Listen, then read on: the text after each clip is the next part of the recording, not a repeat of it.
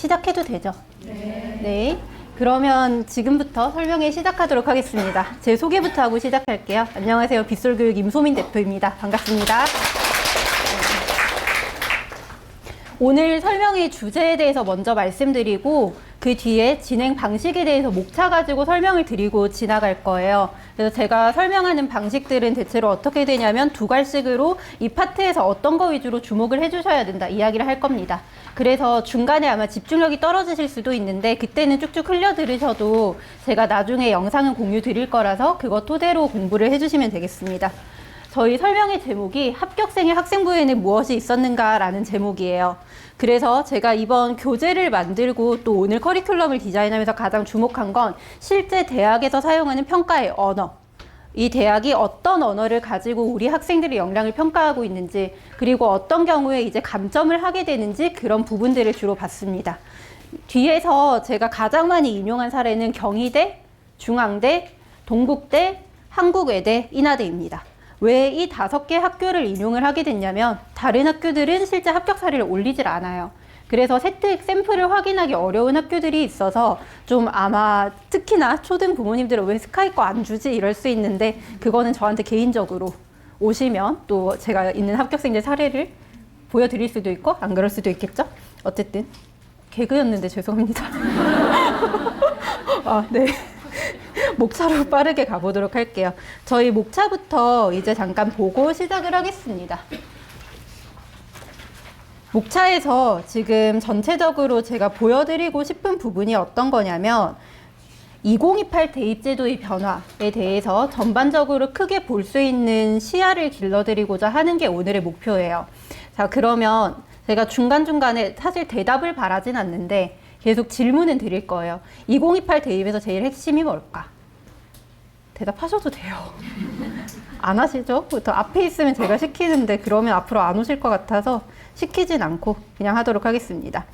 어떤 부분을 제가 말씀을 드리고 싶냐 하면 2028 대입제도 변화에서 가장 중점적으로 보셔야 하는 부분은 정시대 학종이라는 구도가 과연 앞으로 유지가 될 것인가 하는 부분이라고 말씀을 드리고 싶습니다. 보통 많이 생각을 하실 때 우리가 정시 그리고 학생부 종합전형에 원래는 따로 논다고 생각을 하셨을 겁니다. 근데 올해 서울대학교 정시 입시를 봤을 때 서울대학교는 지역균형 전형에서 교과 역량평가가 40%가 들어갔죠. 근데 그것 때문에 수능 성적이 역정되는 결과가 발생을 했나요? 안 했나요?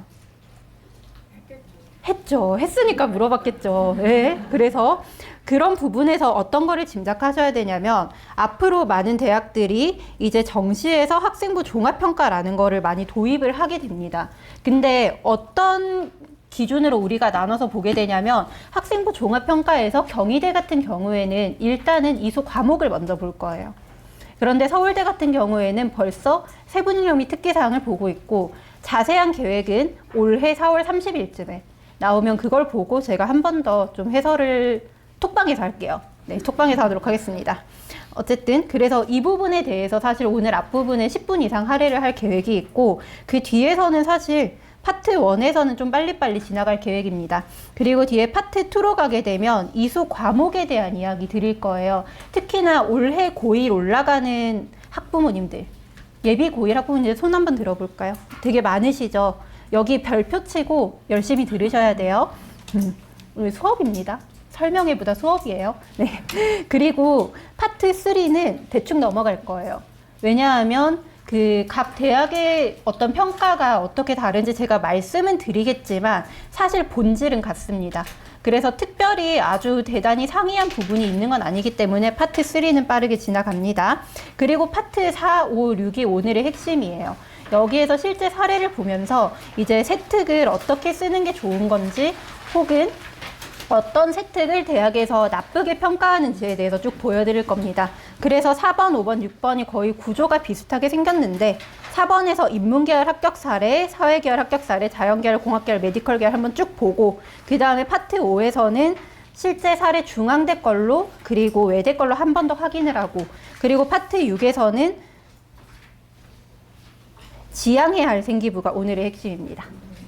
동국대학교 기준으로 분석을 했습니다. 그리고 파트 7은 또 불필요한 부분이어서 사실 오늘은 6까지 같이 보고 마무리가 되지 않을까 싶은데 최대한 속도는 내려고 노력은 해보겠습니다. 그럼 이제 첫 번째 파트부터 시작해도 괜찮을까요? 네. 자, 파트 1은 2028 대입제도 변화에 대해서 전체적으로 개괄하는 부분입니다. 그리고 뒤에 엄청 자세하게 글을 적어두긴 했는데 사실 제가 볼드 친 것만 읽으셔도 괜찮아요.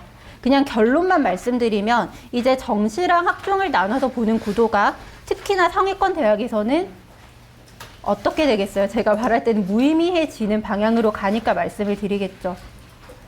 이게 왜 그런지를 제가 좀 말씀을 드릴 텐데 같이 필기합시다. 네. 어떤 문제가 있냐면 자, 뒷부분을 좀 가서 말씀을 드릴게요. 표준 대입전형 체계 이런 거 넘기고 우리는 지금 8페이지로 갑니다. 그냥 주셔도 8페이지에 보면 수능 개편안이 나옵니다. 여기에서 가장 중요한 게 수학이에요. 예전에는 저희가 수학이 공통이 수학 1이랑 2가 있었고 확통, 기하, 미적분 중에 선택을 했습니다. 그런데 확통을 선택하면 문과죠. 미적, 기하 선택하면 이과죠. 그런데 저희 바뀌는 수능에서는 선택이 있어요, 없어요? 없어요. 그러면은 대학에서 이 친구가 공대에서 수학을 할 수 있는 능력을 갖추었는지 어떻게 확인을 합니까? 이수 과목이죠.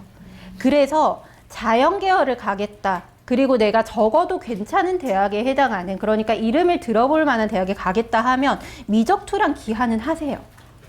미적분 2하고 기하는 하시는 겁니다. 여기에서 잠깐 변주를 말씀드릴 텐데 서강대학교 같은 경우에 우리는 이수 과목을 보지 않겠다. 전공 적합성을 보지 않겠다라고 명시를 했어요.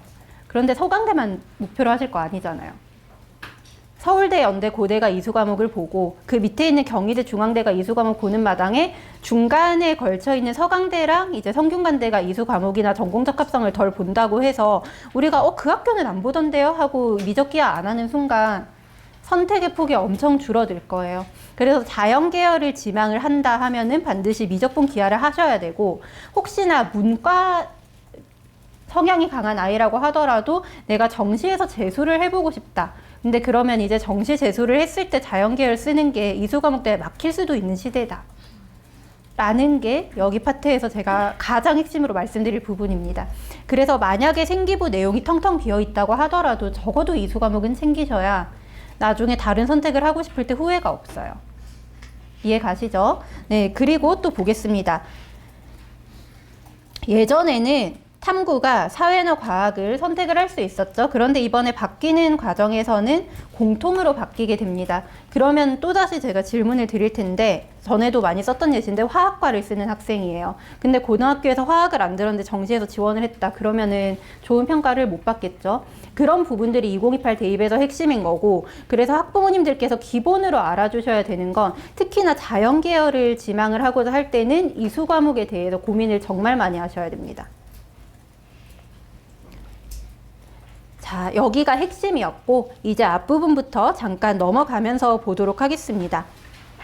정시 학종 구도의 한계라는 파트로 다시 돌아갑니다. 아마 뒷부분에서 제 설명을 듣고 이런 의문이 드셨을 거예요. 왜 이렇게 하는 거지? 가장 중요한 핵심은 현대 사회가 어떻게 변화하고 있는가를 중심으로 여러분이 생각을 해주셨으면 하는데 정시와 학생부 전형이 바뀌게 되면서 어떤 사회 변화를 강조하는 것인가? 제가 볼 땐 여기에요. 둘째, 대학이 필요로 하는 정보의 성격이 달라졌다. 과거에는 수능 점수만으로도 대학 수업을 따라갈 수 있는 학생을 선별하는데 무리가 없었다.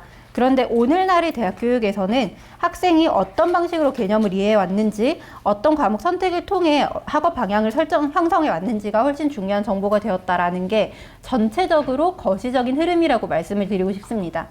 사실 굉장히 원론적인 이야기지만 이런 부분에 대해서 말씀을 드리는 이유가 저희가 정부의 정책하고 대립해서 좋을 게 하나도 없어요. 그러면은 큰 그림에 대해서 한 번은 그려보고 이 정책이 왜 만들어졌는지 그리고 대입이 왜 이런 방향으로 흘러가고 있는지 보신다면 특히나 현재 초등 저학년 아이들 부모님들은 앞으로의 변화에 대응하는 게 조금 더 수월해지실 겁니다. 여기까지 괜찮으시죠? 그러면 다음으로 넘어가도록 하겠습니다. 그 성취 기준 같은 거는 제가 아주 짧게만 설명을 하려고 하는데 여기는 이해 못하셔도 괜찮아요. 지금 고등학교 1학년 학부모님, 그러니까 고2 올라가는 아이들 학부모님이라면 아실 수도 있는데 그 아래 학년들은 이쪽은 별로 안 익숙하실 수 있어서 제가 간단하게 설명을 드리겠습니다. 이제 우리 아이들이 경험하게 되는 그런 고등학교의 평가가 절대평가, 그리고 상대평가가 병기가 됩니다.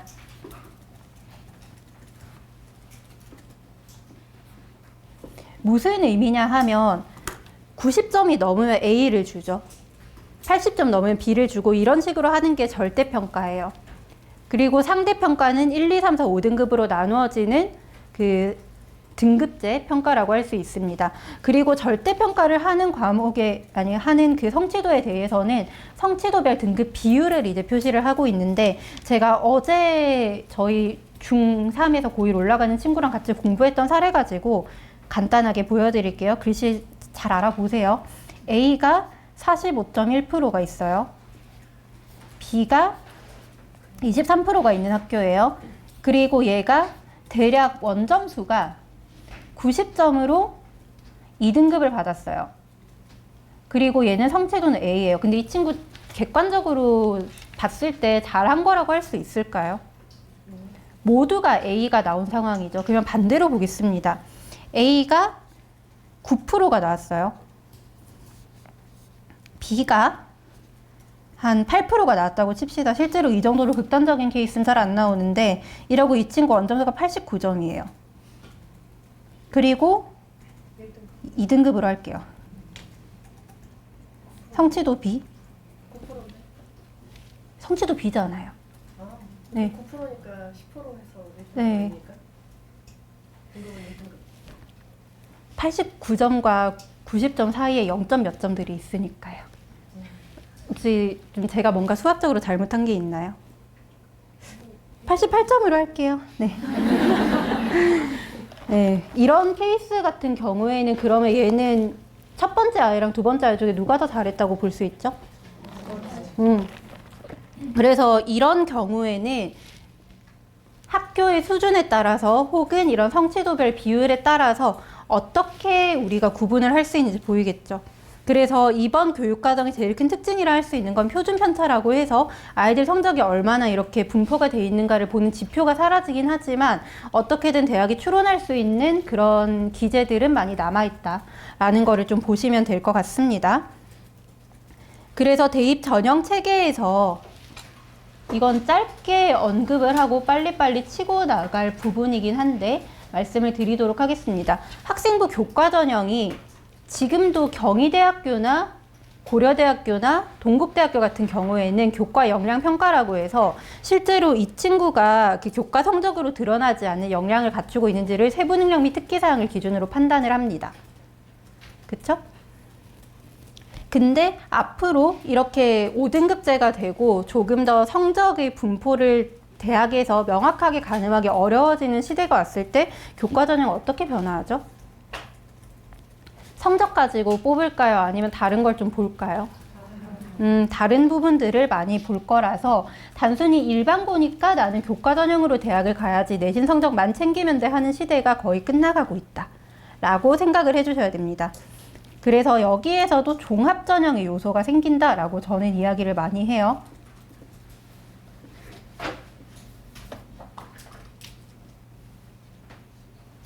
그리고 학생부 종합 전형에서 당연히 교과 내용에 대해서도 평가를 할 거고 여기에 더해서 비교과를 평가를 하게 될 텐데 이 부분에 대해서는 뒤에서 예시를 통해서 다시 설명을 드릴 예정입니다. 넘어가도록 하겠습니다. 이제 수능 체제 같은 거는 건너뛸 거고 제일 중요한 거 9페이지에 다시 복습용으로 두 문장 보고 가실게요. 서울 소재 상위권 대학을 중심으로 학생부 교과 전형에서도 생활기록부 정성평가를 반영하고 있다 라는 거 한 줄을 알아주시면 되고 그리고 모든 전형에서 일정 수준의 학습 맥락 그러니까 이 친구가 어떤 과목을 이수했고 어떤 단계로 공부를 해왔는지에 대한 정보가 요구되기 시작했다라는 두 가지 핵심만 이번 장에서 기억을 해주시면 될 것 같습니다. 그리고 하나 더 말씀드린다면 대학별로 전형 계획이 조금씩 다르긴 해요. 예를 들어서 서울대학교 같은 경우에는 학생부 종합전형만으로 수시에서 선발을 하는데 연세대학교나 고려대학교 논술을 도입을 하고 있고 교과전형도 있고 이런 식으로 대동소이한 차이가 있긴 하지만 기본적인 거는 교육부의 지침을 따르기 때문에 대학교의 전형이 대단히 특이하거나 뭔가 대단히 창의적이고 창발적인 것들이 나오긴 어렵습니다. 그래서 특이한 전형을 찾아서 이걸 통해서 대학을 더 잘 갈 수 있을까라고 생각을 하시는 게 굉장히 위험해요. 잠깐 예시를 하나 들어보면 이화여대나 인서울 대학들이 원래는 어학특기자 전형이 굉장히 많았어요. 그런데 대입 전형을 계속 간소화하려는 정부 시책 때문에 이대 같은 경우는 이제 어학특기자가 없죠.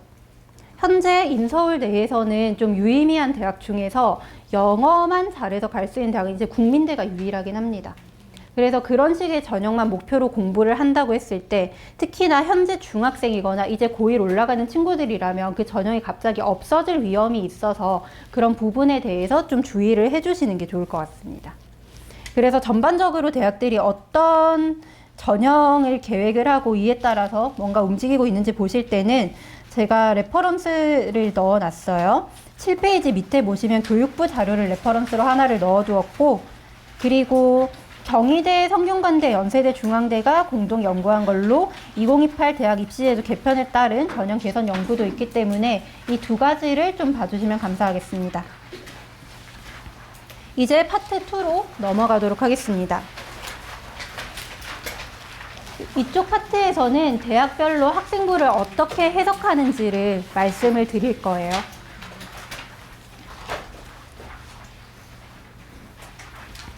그리고 첫 번째 파트는 가장 중요한 부분이라 할 수 있는데 이수 과목을 왜 보는가에 대해서 다시 한번 말씀을 드릴 겁니다. 제가 어제 상담한 사례인데 약대를 목표로 해요. 근데 과학을 2과목만 이수를 합니다. 화학과 생명과학. 제가 여기에서 어떤 대답을 했을까요? 과학 이수 단위가 부족할 수 있다. 왜 그러냐면 대학들에서는 기본적으로 이수 과목을 권장 과목을 지정을 해줄 때 과학 전체 영역 중에서 한 2개 정도를 지정을 하긴 해요. 그런데 그렇기 때문에 전체 이수 단위에서 어느 정도 차이가 조금씩 생기기 때문에 과학을 3과목 들은 학생과 물화생 3개를 들은 학생과 화학, 생명과학 2개만 들은 학생 중에 대학은 당연히 같은 성적이라면 물화생을 들은 학생을 선호할 수밖에 없겠죠. 그래서 단순하게 이수 과목 추천을 보고 특히나 자연계 같은 경우 2과목만 들어야지라고 생각을 하지 마시고 3과목 정도는 들어줘야겠다라는 걸 인지하고 최소한 저는 물화생을 모든 자연계 아이들이 이수하는 게 가장 안전하다고 생각합니다. 이게 굉장히 저도 모순적이라고 생각하는 부분이 대학들이 이제는 전공 적합성보다 계열 적합성을 많이 보겠다라는 표현을 하고 있어요.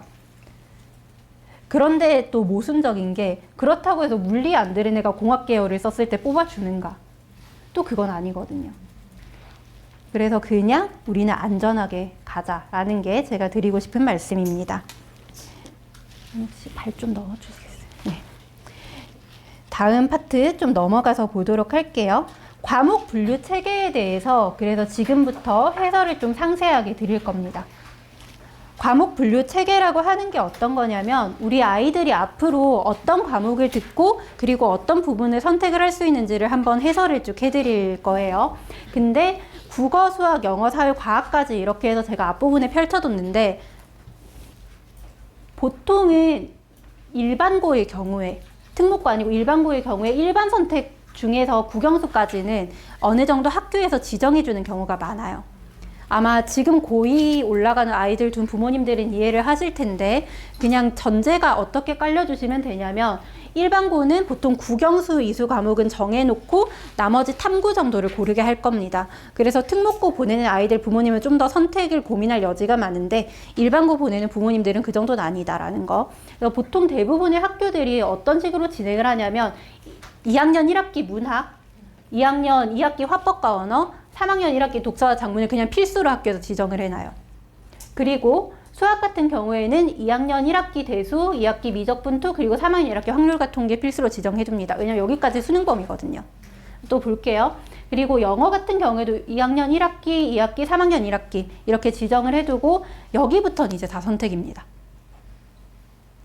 그래서 고등학교를 아이가 올라간다 했을 때 우리가 같이 고민을 할 부분은 대부분 부모님께 해당되시는 건 사회랑 과학입니다.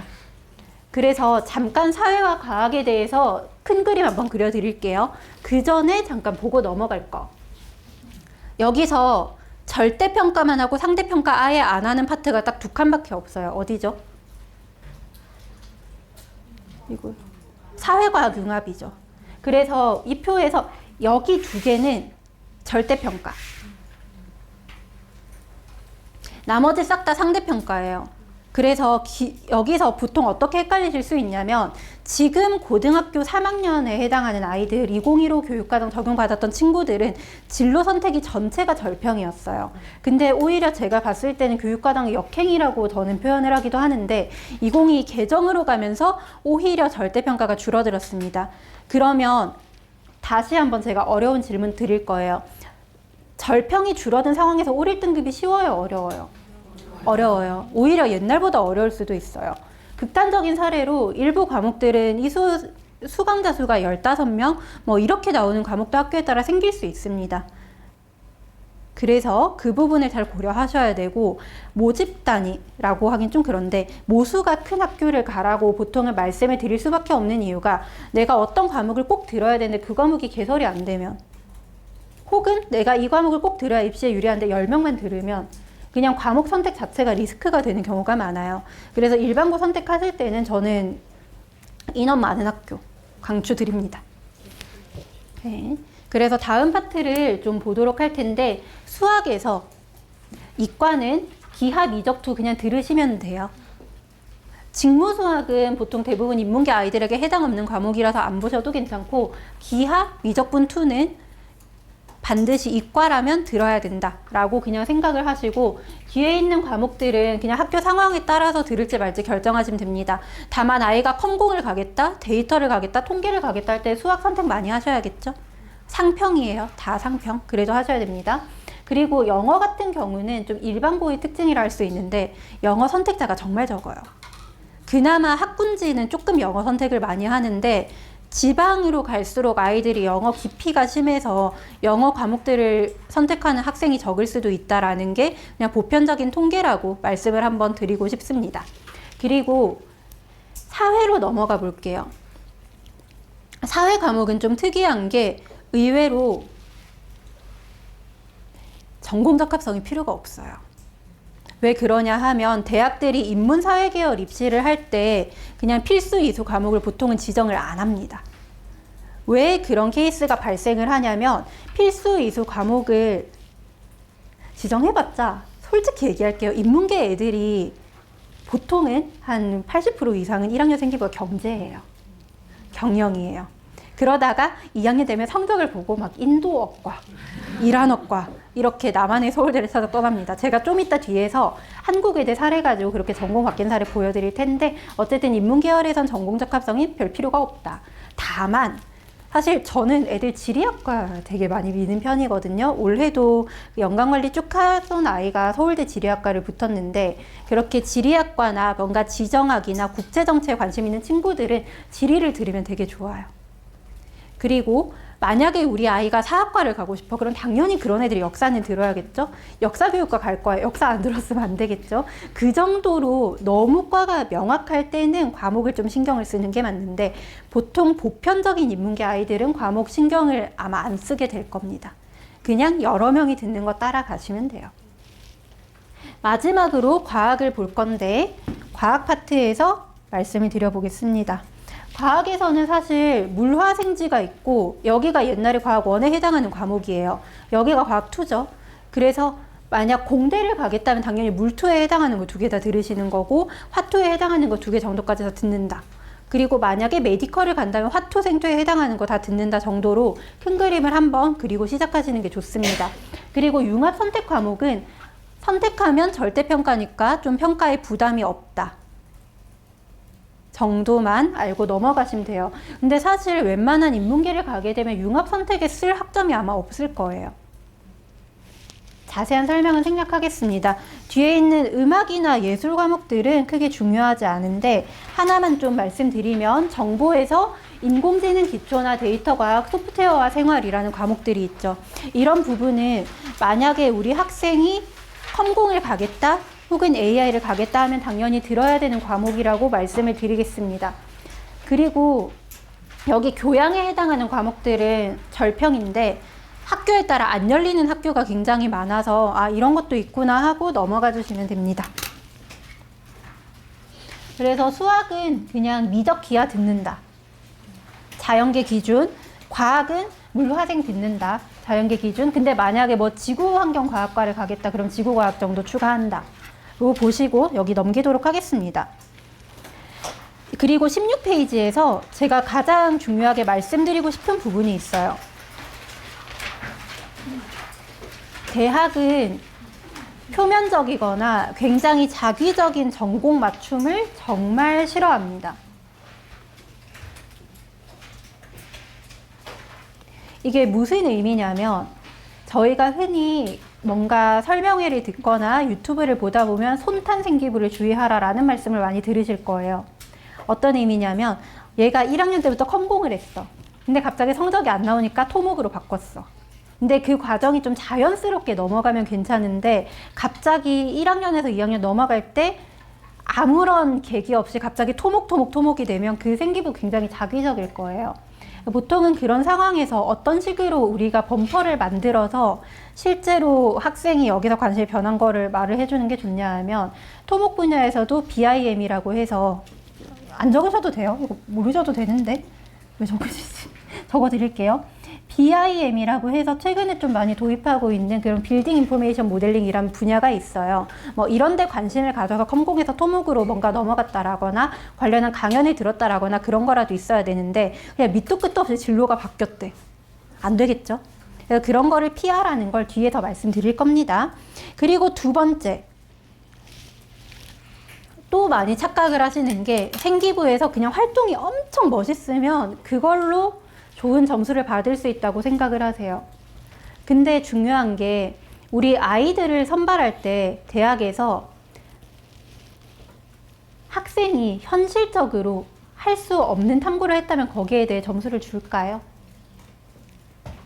제가 봤던 사례 중에 진짜 제일 별로였던 사례가 하나 그냥 말로만 말씀을 드릴게요. 특목고였는데 이 친구 생기부에 자율활동 파트에 영어가 가득했어요. 근데다 치의학에서 쓰는 전문 용어를 넣어놨어요. 근데 절반이 영어였습니다. 그 사례에서 보고 너 이거 뜻 알아? 하니까 애가 하나도 몰라요. 근데 어디서 이런 걸 써왔니? 하니까 컨설팅 업체에서 대학생을 소개해줬어. 근데 이 대학생 친구는 내가 전공을 해보니 너무 멋있는 거예요. 스스로에 심취한 거야. 그래서 이런 언어 막 쓰고 하면 얘 생기고 멋있겠지 했는데 걔는 그러면 그 어느 대학에서도 좋은 평가를 못 받게 돼요. 그래서 중요한 게 뭐냐 하면 이 전공 적합성을 평가할 때 그래서 제가 이런 워딩을 써놨습니다. 대학에서는 모든 활동들을 서로 연결해서 형성되는 종합적인 판단이라는 표현을 쓰고 있어요. 무슨 의미냐 하면 갑자기 밑도 끝도 없이 전문 용어가 마구잡이로 등장하게 되면 그거는 감점 요소입니다. 현실적으로 실제 이거 학생이 탐구했다는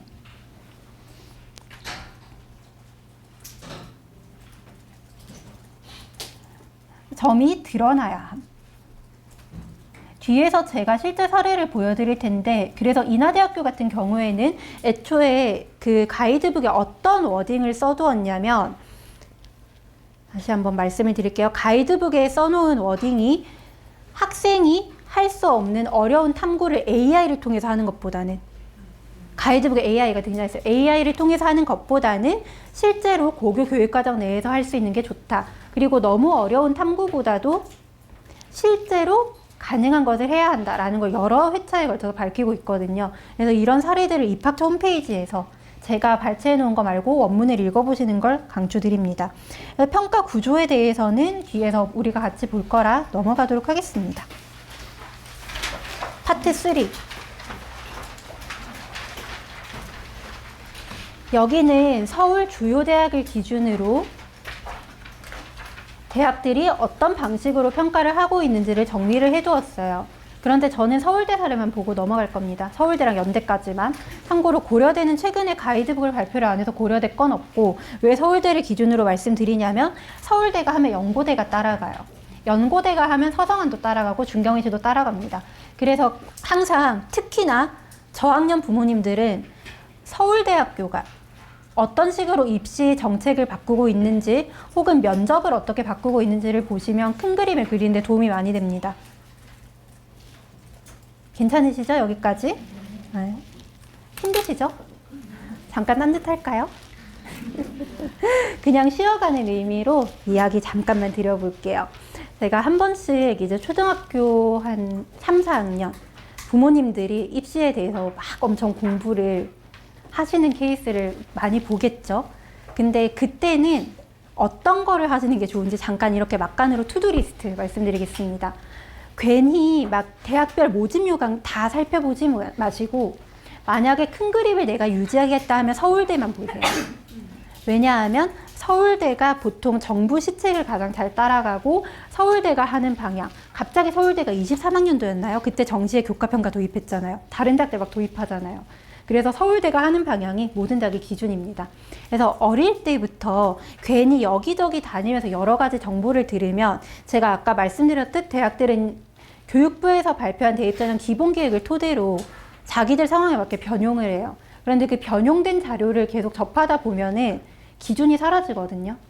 그래서 사실 저는 제일 좋은 거는 서울대 거에 플러스로 하나 더 보신다면 제가 레퍼런스에 달아놓은 교육부 공식 자료 정도까지 이렇게 2개만 초등학교 때 보셔도 충분할 것 같습니다. 그 정도면 사실 선행 되게 빨리 하시는 거예요. 그래서 선행할 겁니다, 지금부터. 서울대학교 학생부 종합전형 안내서에서는 기본적으로 강조하고 있는 게 대학이 학생부를 어떤 관점에서 읽는지를 정말 자세하게 이야기를 하고 있습니다. 근데 여기에서 서울대도 강조를 하는 부분이 어떤 거냐 하면 고등학교 교육과정 안에서 학생이 어떤 학업 경험을 쌓아왔는지를 이해하려고 합니다. 그래서 계속 강조하지만 특히나 메디컬 쓰는 아이들 생기부에 제발 의학 용어 좀 넣지 마세요. 영어로 넣지 마세요.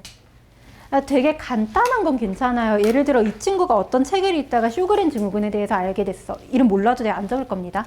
그 증후군에 대해서 알게 되어서 본인의 관심사랑 연계해서 탐구했다. 이 정도는 괜찮은데 갑자기 막 치주질환 이름 영어로 적고 그러면 진짜 큰일 나요. 왜냐? 고등학교 교육과정 바뀌래요? 아니래요? 아니에요. 그래서 여기서 잠깐 어려운 얘기 할게요. 특목고를 왜 보낼까요? 의대 갈 때. 아무도 대답을 안 하시네. 특목고를 보내는 이유는 명확합니다. 특목고는 애초에 고등학교 교육과정 자체가 우리 일반적인 고교 교육과정 넘어서는 걸 배워요. 예를 들어 그 전사고에 해당하는 모 학교는 선형대수. 그럼 그 친구는 그냥 수학 원투에다가 미적분, 기하까지 들은 아이들보다 선형대수 심한 내용을 적을 수 있으니까 내용이 다르죠? 또 다른 모 특목고는 일반 화학. 다른 애들 화학 1, 화학 2 가지고 탐구할 때 그 친구 깊이는 많이 다르겠죠.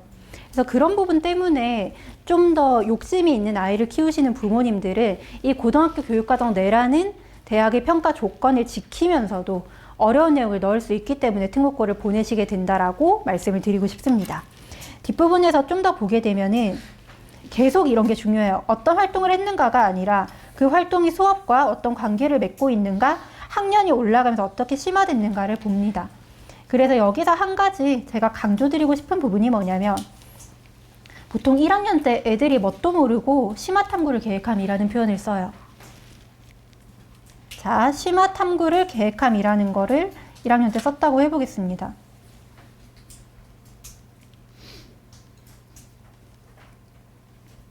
근데 이래놓고 계획한 거 실행 안 하면 좀 아쉽겠죠. 그래서 그 생기부에다가 제가 진짜 보고 한번 진짜 기함했던 게 그래도 대학은 잘 갔어요. 그 친구 같은 경우에는 1학년 때 과목별로 활동을 2개씩 해요. 탐구 2개. 근데 모든 탐구에다가 다 심화 탐구를 계획하면 적어 놓은 거예요. 그럼 국영수 사과 5과목이다 한국사까지 6과목이죠. 12. 12개의 심화 탐구를 하느라 2학년 때 다른 활동을 못했어요. 그래서 학교에서 보통은 생기부에 대해서 너희가 한 활동에 대해 적어서 내렴할 때 앞으로 어떻게 탐구할 건지 후속 탐구 계획도 적어내라 하시거든요. 근데 그것도 분량 조절해서 넣으셔야지 그냥 좋다고 이거 다 넣으면 12개 한다고 2학년 때 세고 못합니다. 이해 가시죠? 근데 그런 거를 학교에서 선생님들께서 왜 갖고 오라 하시는 거냐면 서울대학교에서 학년이 올라가면서 사고 수준이 어떻게 변화했는가를 보니까 합당한 요구였겠죠. 넘어가겠습니다. 그리고 평가 기준은 쭉 읽어보시고 저는 연세대로 내려갈 거예요. 페이지 23페이지입니다. 연세대학교에서 강조하는 거는 어떤 거냐 하면 학생부 종합전형은 고교 교육과정 속에서 학습이 어떻게 확장되어 왔는지를 해석하는 전형이라고 얘기하고 있습니다. 여기에서도 서울대하고 똑같이 이야기를 하는 게 고교 교육과정 속. 그래서 교육과정에서 충실하게 학습을 했다면 좋은 평가를 받겠지만 그게 아니라면 감점이 굉장히 크고 별표 5개 쳐야 될 문장이 있어서 지금 강조합니다. 자, 그 외 교과목은 어느 정도인가? 유난히 소홀한 과목이 있는가? 제가 또 며칠 전에 한 남학생을 상담을 했는데 중국어가 5등급이에요. 그래서 선생님 저희 학교 쌤이 이거 필수 과목 아니라고 열심히 안 해도 된다고 했어요. 그래서 너 이제 연세대는 못 간다 라고 사망 선고를 해주었습니다. 왜 안 웃? 혹시 본인 자녀 이야기인가요? 설득하십시오. 5등급제에서 5등급은 진짜 심각한 거예요. 이해 가세요? 9등급 나온 거예요. 이게 무슨 의미냐 하면은 연세대뿐만 아니라 다른 대학들도 같은 워딩을 써요. 유난히 소홀한 과목이 있는가라는 워딩을 쓰면서 이 친구 성적의 전반적인 분포를 보게 되는데 만약 하나라도 엉망이었다 하면 그건 이제 대학 끝난 거예요. 그래서 제가 2년 전에 상담했던 학생 사례인데 한문 과목에서 선생님께서 이런 표현을 넣어놨어요. 한문 학습의 필요성을 느끼지 못해 수업에 참여하지 않았으나 앞으로는 더욱 성장하길 바람. 그 앞으로는 더욱 성장하길 바람을 적는 이유가 뭐냐면 학생부 기재하는 가이드라인에 만약에 안 좋은 평가를 기재할 때는 앞으로의 그 개선 가능성에 대해 적으라는 게 가이드라인이거든요. 걔는 근데 제가 봤을 때 개선의 여지가 없다고 적어 놓으신 거예요. 근데 다시 한번 말씀드리지만 그런 거 적는 건 선생님 고유 권한입니다. 거기에 대해서 가서 고쳐달라 하고 막 소송 걸겠다고 그러지 마세요. 애초에 그럴 일이 안 생겨야죠. 그죠? 그래서 기타 과목 소홀히 하시면 그냥 이제 대학은 빠이빠이 된다. 정시로도 이제 힘들다. 왜? 정시에서 교과평가 반영하니까. 그리고 소신 발언 하나만 하자면 진짜 솔직히 특목고, 아주 특별한 특목고 제외하고는 일반고에서 기타 과목에서 6등급 받기 쉽지 않아요. 9등급제 기준 6등급. 5등급제 기준 3등급. 근데 그것보다 못 받았다. 그건 진짜 안 한 겁니다. 그럴 때 이제 옆에 앉혀놓고 제가 한 번씩 극약 처방을 내리는 친구들이 있어요. 하루에 15분 어머니와 가타카나 외우기. 뭐 시켜야죠. 어쩌세요. 아버님들도 같이 이제 가타카나 히라가나 네, 한번 해주시면 됩니다. 뒤에 거는 저 다 건너뛸게요. 나중에 꼼꼼하게 읽으면서 공부하세요. 대신에 어디서 또 멈출 거냐 하면 인성 28페이지 인성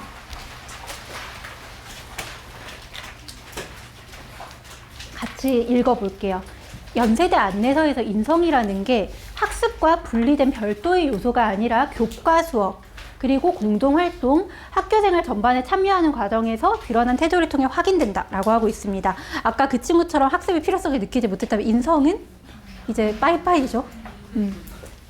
그래서 이 부분을 유념하시고 수업 시간에 제가 여러 번 또 말씀을 들으신 분들도 있을 텐데 눈 뜨고 졸아야 돼요.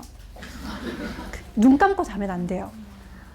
엎드려서 자면 이제 대학은 빠이빠이 된다. 눈 뜨고 졸도록 합시다. 사실 뭐 어떻게 안 졸겠어요, 사람이. 여러분 지금 졸리시잖아요. 네, 넘어가겠습니다. 그 서강대나 다른 학교들 사례는 굳이 같이 볼 필요가 없어서 다 빠르게 넘깁니다.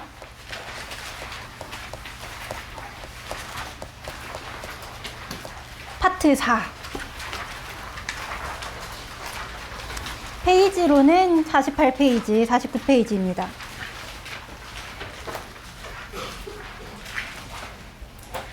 앞에서 이제 서론에 해당하는 파트를 쭉 진행을 했고, 지금부터가 사실은 여러분께서 이 자리에 오신 이유라고 할 수 있어요.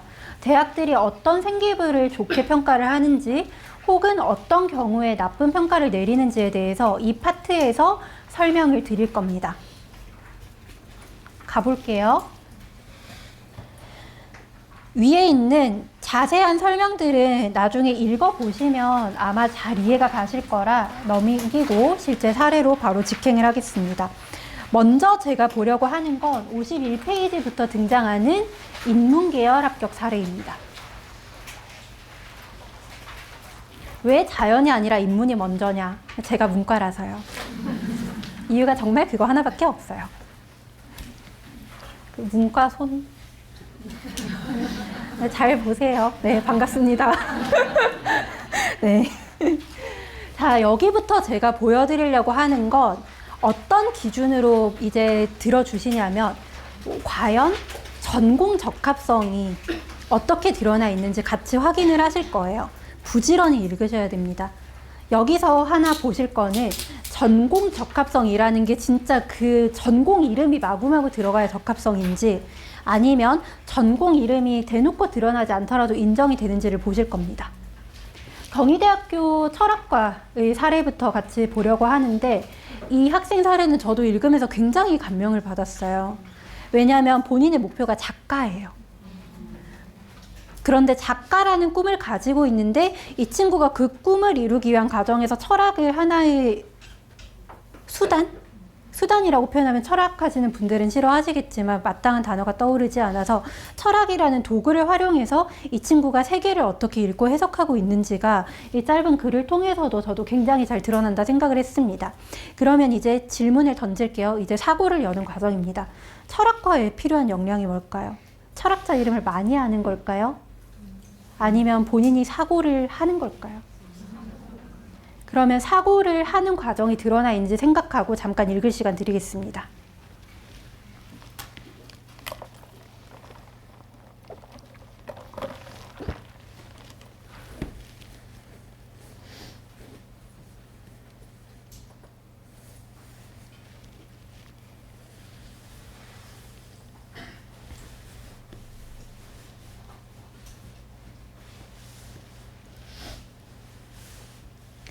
대충 느낌은 보셨을 거라 생각하고 진행을 해보도록 할게요.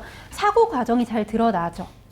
어떤 부분에서 저는 드러난다고 느꼈냐면, 자, 이 친구의 사례에서 제가 굉장히 감명 깊었던 부분은 자신이 부조리라 여기는 사회구조와 현상.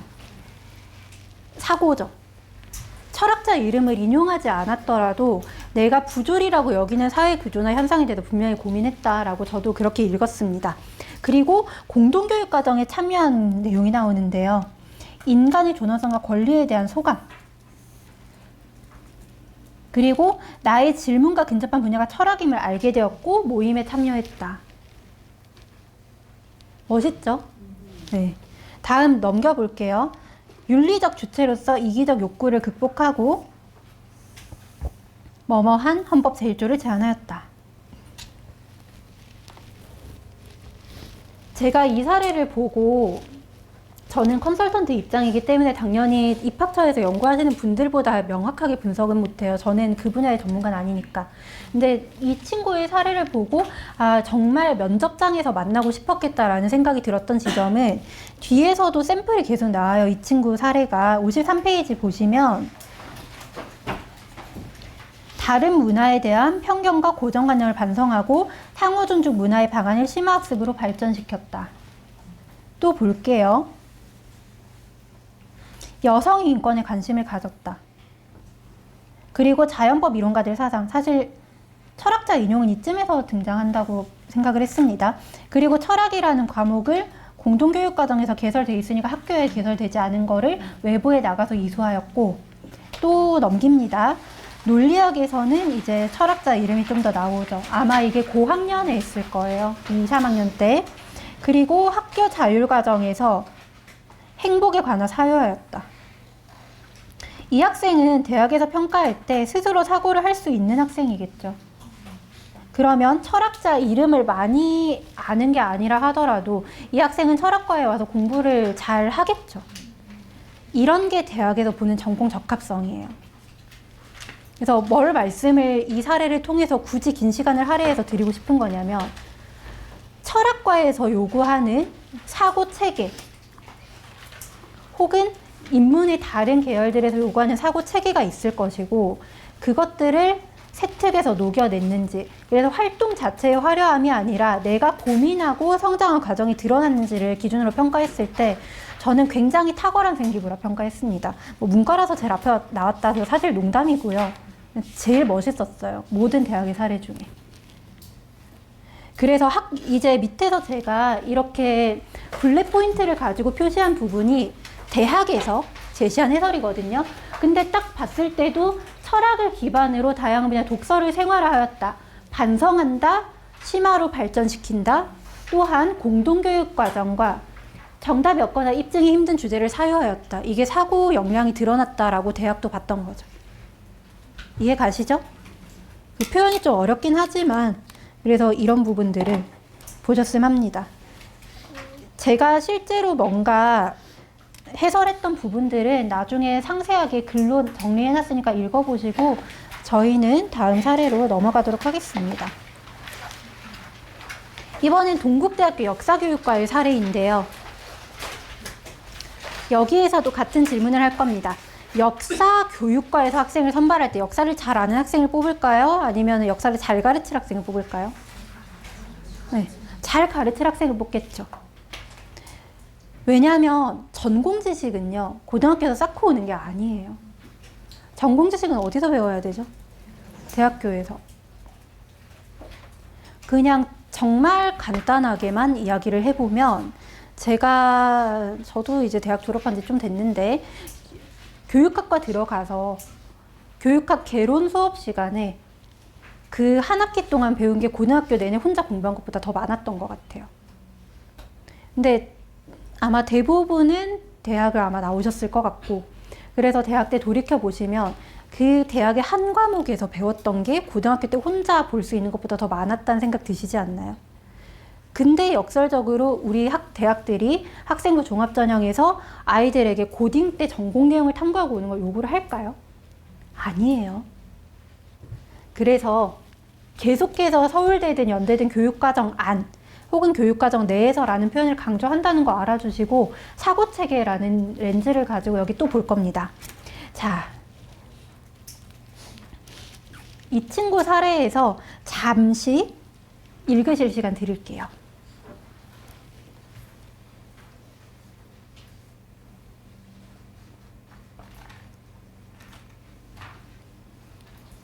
여기서는 이 친구가 교육자로서 가지고 있는 태도를 한번 보셨으면 합니다.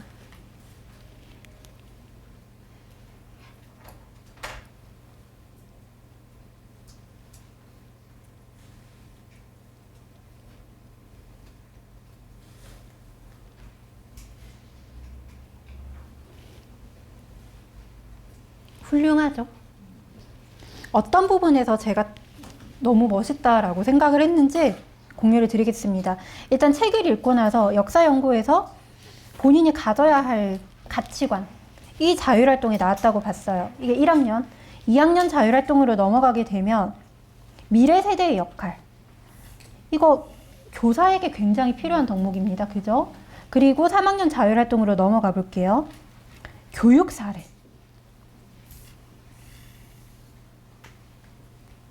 또 마지막 문장에 자유로운 교육체계 마련과 교원 양성의 중요성에 대해 주장하였다.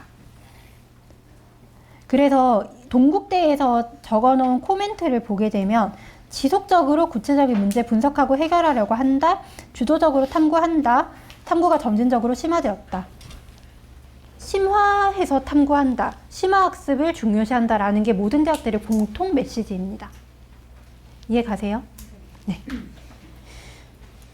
그래서 저도 해설에서 이 부분만 좀 강조를 해서 말씀을 드리고 싶은데 1학년에서 3학년까지 제가 봤을 때 이 학생이 했던 탐구를 한마디로 요약을 한다면 미래 세대에게 역사를 어떻게 전달할 것인가 라는 게 이 친구가 갖고 있었던 물음이라고 생각을 했습니다. 그래서 내가 생각하는 객관성이라는 게 실체가 있는 것인지 혹은 역사에서 실증이 가는 것인지 분석을 하고 역사관의 차이에 따라서 해석의 차이가 발생할 수 있다는 문제의식이 3년 내내 드러나요. 솔직히 얘기하면 이런 거 컨설팅으로 못 만들어요. 뭐 이 친구가 실제로 도움을 받았을지 아닐지 알 수 없지만 그 부분에서 저는 컨설팅이나 남들이 해주는 걸로 만들어낼 수 없는 차이가 이런 부분이라 생각합니다. 뭐냐면 본인이 질문을 갖고 있었어요. 예를 들어 경희대 철학과 친구 같은 경우에도 행복이든 무라거나 민주주의라거나 그런 부분에 대해서 계속 내가 고민을 해요. 그리고 이 친구 같은 경우에도 역사를 어떻게 전달할 것인가 혹은 해석을 어떻게 할 것인가에 대해서 고민을 해요. 근데 이렇게 하나의 물음을 가지고 끝까지 탐구하는 과정을 저도 물론 생기부에 대해 컨설팅을 하는 사람이긴 하지만 결국 본인이 해야 된다 생각을 합니다. 어떤 말씀을 드리고 싶은 거냐면 저도 이제 연관 관리를 하든 뭐 그런 식으로 한 번씩 이제 친구들이랑 같이 이야기를 하면서 주제를 디벨롭 할 때가 있어요. 근데 보통 제가 요번에 연관 관리했던 친구 중에 서울대 4명이 붙었는데 이 4 친구들의 공통점은 선생님 이런 거에 대해 탐구를 하고 싶어요. 논문을 찾는 걸 도와주세요. 그리고 가져와서 보내면 논문에서 줄을 그어서 저한테 다시 보내요. 선생님 이 표현을 어떻게 해석해야 될까요? 이제 그러면 저도 머리에 지나는 거죠. 나는 교육학밖에 모르는데? 이제 이러면서. 그래서 그 뒤에 선생님 저는 이러이러한 문제에 대해 탐구하고 있는데 여기에서 막혔어요. 그러니까 그런 식으로 질문을 하는 아이들은 그게 3년이 축적이 됐을 때 생기부에 드러나고 정말 신기한 게 서울대는 귀신같이 걔네 다 뽑아가요.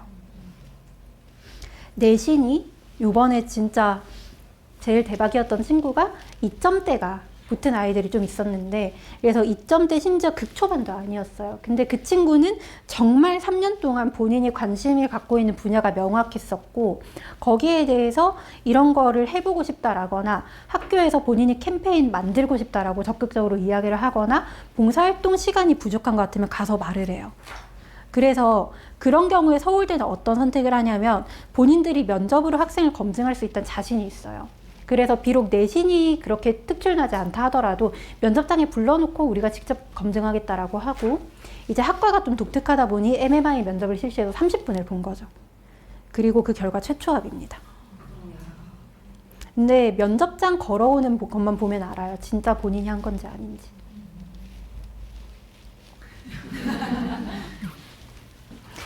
애가 멋있는 거예요. 그래서 그런 사례 가지고 어디서 컨설팅 하면 2점 몇이 서울대 간다던데 이런 말 하시면 안 돼요.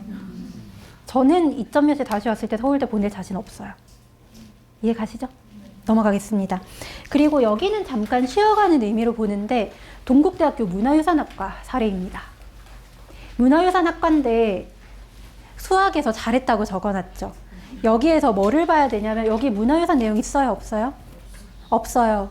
그래서 모든 과목에서 자기적으로 다 전공이랑 연결하면은 감점입니다. 안 되는 거는 그냥 안 해야 돼요. 제일 많이 아이들이 실수하는 게 지구과학에서 전공 연계해요. 사실 안 되거든요. 그나마 진짜 제발 연계하지 말자 하는데 약대지 망하는 친구였는데 죽어도 해야겠다 해서 겨우 찾은 게 뭐였지? 기후변화에 따라 발생하는 질병의 차이 이런 거였는데 사실 저는 그 좋은 탐구라 생각 안 하거든요. 본인이 하겠다면 해야지. 딱 그 정도입니다. 그래서 여기서 딱 하나만 좀 적어주셨으면 하는 게 모든 과목에서 자기적으로 전공 연계 X 별표 하지 마세요. 네.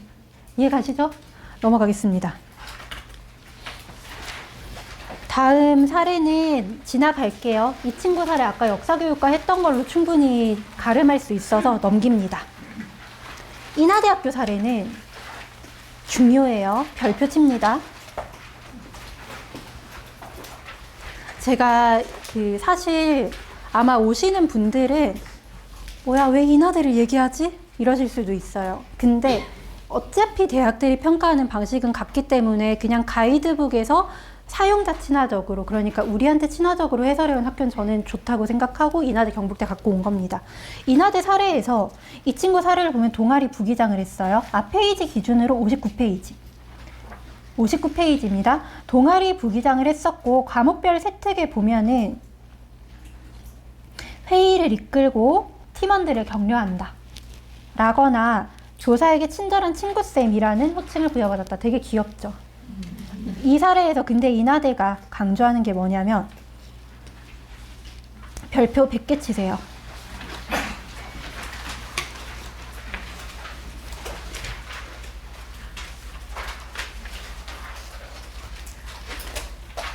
(1학년) 입학할 때 많이 물어보세요. 선생님 반장 할까요? 일단 저는 물어보냐, 반장 뽑힐 수 있나요? 일단 인기가 많아야겠죠? 참고로 아까 그 서울대 간 친구 있잖아요. 걔 3년 내내 반장했어요. 근데 그래서 이것저것 하느라 성적이 조금 그랬겠다라는 게 충분히 납득이 될 정도였던 게 봉사 시간이 몇백 시간. 그러니까 학교의 모든 일을 본인이 다 한 거예요. 뭐 그 정도로 하실 거 아니면 애매하게 반장 한번 한다고 딱히 특별히 여기에서 좋은 평가 받는 게 아니니까 여기 사례 한번 보겠습니다. 리더십 활동이 학생회나 학급 임원을 꼭 해야 되는 거 아니거든요. 그래서 저는 기준을 뭘로 삼냐면 이거 하다가 성적 떨어질 것 같으면 하지 말라고 합니다. 우리 전국의 고등학교가 약 1600개? 인문계가 1600개 정도 된다 하면 한 학교에 한 6반 있다고 해볼게요. 그러면 거기다 곱하기 3 해가지고 반장이 몇 명이 나와야 하네. 아주 대단히 의미 있는 활동 아닙니다. 이게 아까 제가 앞에서 말씀드린 거랑도 연결이 되는 게 뭐 특별한 활동 하나를 했다고 해서 그 활동을 해서 대학에 합격하고 그런 거 아니에요. 그게 가능했던 건 저희 세대.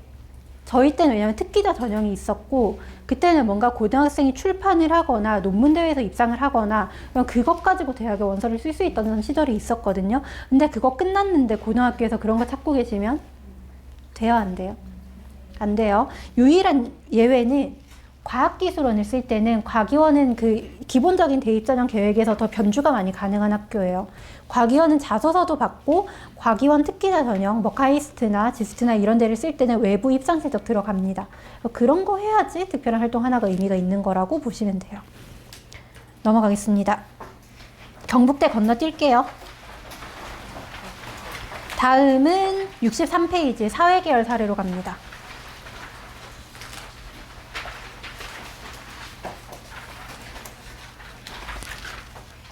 자, 사회계열학과 나오신 분 저 포함해서 네, 왜 이렇게 없어요? 다들 그 어문 나오셨나요?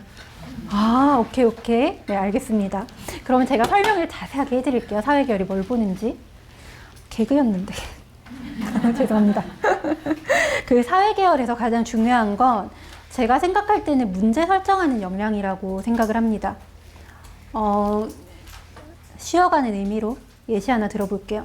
그 사회학에서 가장 대표적인 사회학 연구 사례를 뽑는 게 뒤르케의 자살론이 있어요.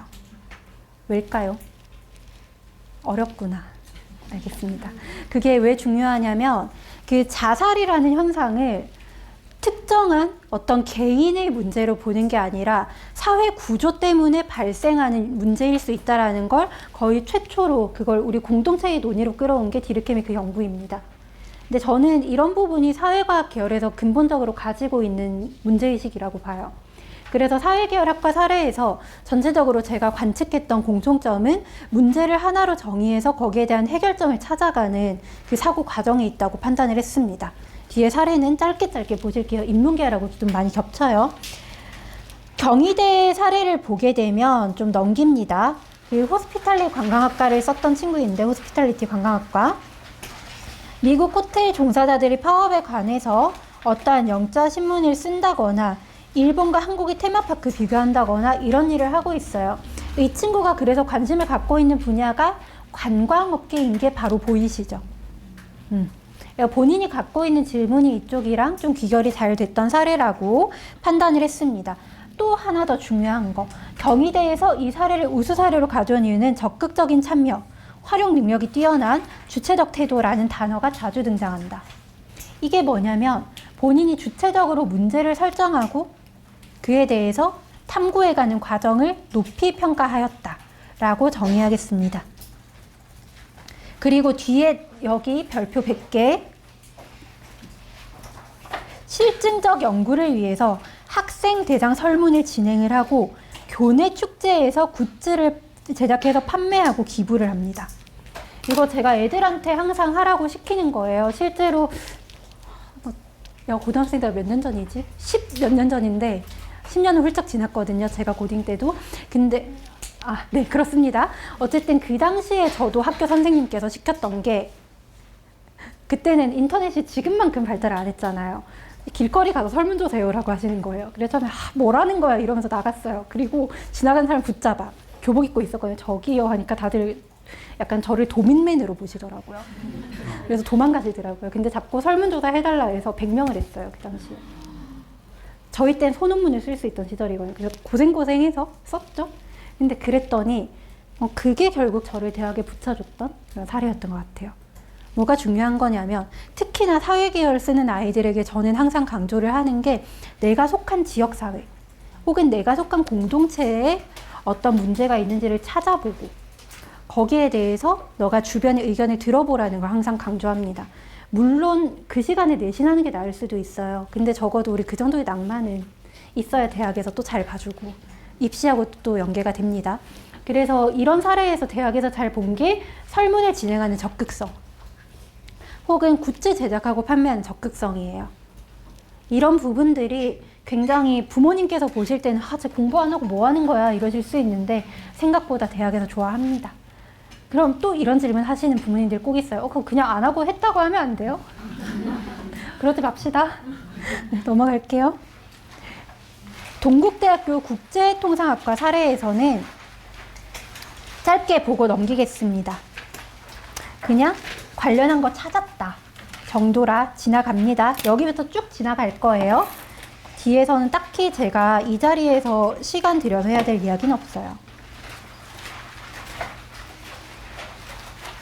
여기 진짜 중요한 게 있어서 말씀드리고 싶은데 69페이지 바로 넘어오시겠습니다.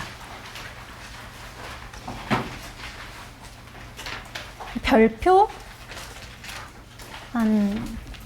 크게 하나 치세요. 100개 그리실 거 아니잖아요. 이 사례에서 제일 중요한 포인트는 같이 읽어보겠습니다.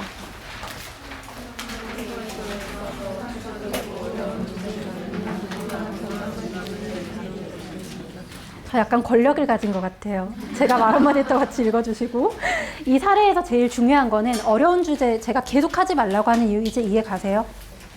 왜 이런 표현이 등장을 하냐면 애들이 AI를 쓰니까 별 말도 안 되는 주제를 가져와요.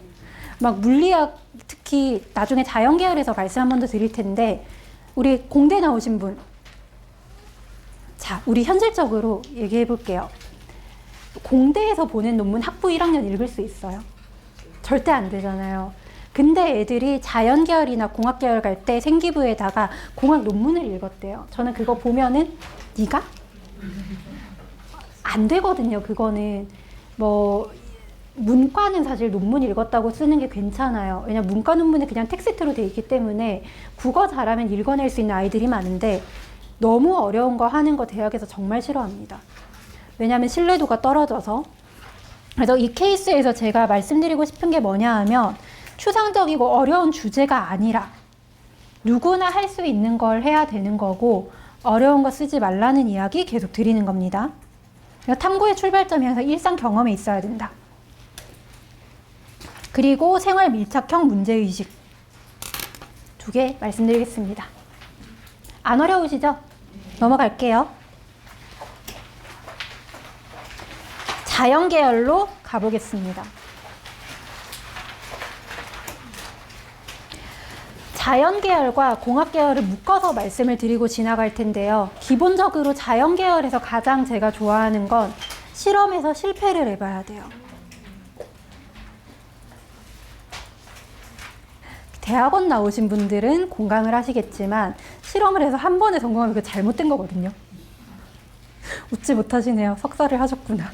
그 실험을 해서 실패를 해보고 거기에서 보완을 해서 다시 실험하고 또 실험하는 게 자연계열과 공학계열에서 요구하는 사고 과정이라고 저는 말씀을 드리고 싶어요. 앞에서 인문계열에서는 내가 물음을 던지는 거, 사회계열에서는 문제를 정의하는 거라고 했다면 자연공학계열에서 제일 중요한 건 내가 어떠한 실험을 설계를 해보았고 거기에서 실패하고 어떻게 보완을 했는지 하는 그 과정을 좀 더 보였으면 좋겠습니다. 좀 극단적인 사례로 뒤에 보면 실험을 100번 다시 한 친구가 있더라고요. 아마 실제로 했을 수 있어요. 저는 제가 공대 커리큘럼도 이수를 했기 때문에 충분히 가능한 일이라 생각합니다. 그래서 이런 부분에서 뭐가 중요하냐면 시약의 부족이나 결과가 실패하거나 추가로 의문이 발생하거나 이랬을 때 대안을 적용하는 게 결국 연구 태도와 연결된다고 대학도 해석을 합니다. 저도 그렇게 생각을 하고요. 바로 뒤에 사례로 넘어가 보겠습니다.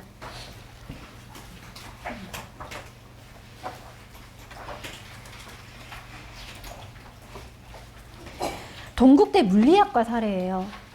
저는 이걸 보고 느낀 게 이 친구는 동아리 활동에서 이 실험하느라 진짜 고생을 했겠구나라는 생각이 들었어요. 왜 그러냐면 보통 동아리 활동에서 애들이 실험을 한 2-3개를 집어넣고 싶어요. 1년을 학교를 다니면 보통 평균적으로 최소 6회에서 12회 정도 아이들이 동아리에서 실험을 하게 됩니다. 근데 하나의 실험에 이렇게 지면을 할애했다는 건 여기 되게 공을 들였구나 라고 생각을 했고, 그래서 같이 읽어보겠습니다. 탁구공 발사대 제작을 주제로 실험을 하는데 물리적 오류가 없도록 제작을 하였고 물리원 교과하고까지 연계했어요. 자, 여기서 하나 포인트 짚습니다. 물리원 교과랑 연계하는 게 대학에서 좋아하는 교과과정 내에서 하는 거죠. 여기 그래서 글자가 들어가는 게 공간이 아깝더라도 동아리에도 이렇게 교과 이름 적어도 됩니다. 그리고 뒤에 보면 실제로 아이가 했던 실험에 대해서 상세하게 적혀 있는데 사실 굉장히 고급스러운 실험은 아니에요. 그럼에도 불구하고 이 친구가 직접 실험해본 게 드러나니까 대학에서 좋은 사례라고 평가한 겁니다. 대학에서 적은 코멘트 읽어보시면 물리학원 수업에서 학습했던 내용을 적용하는 모습을 통해 지도적으로 학습하는 학습의 주도성도 확인할 수 있다라고 이야기를 하고 있어요. 그래서 교과 과정에서 출발하는 의문이라는 걸 좋아합니다. 다음 화학과 넘어가겠습니다. 첫 문장에서 끝났죠?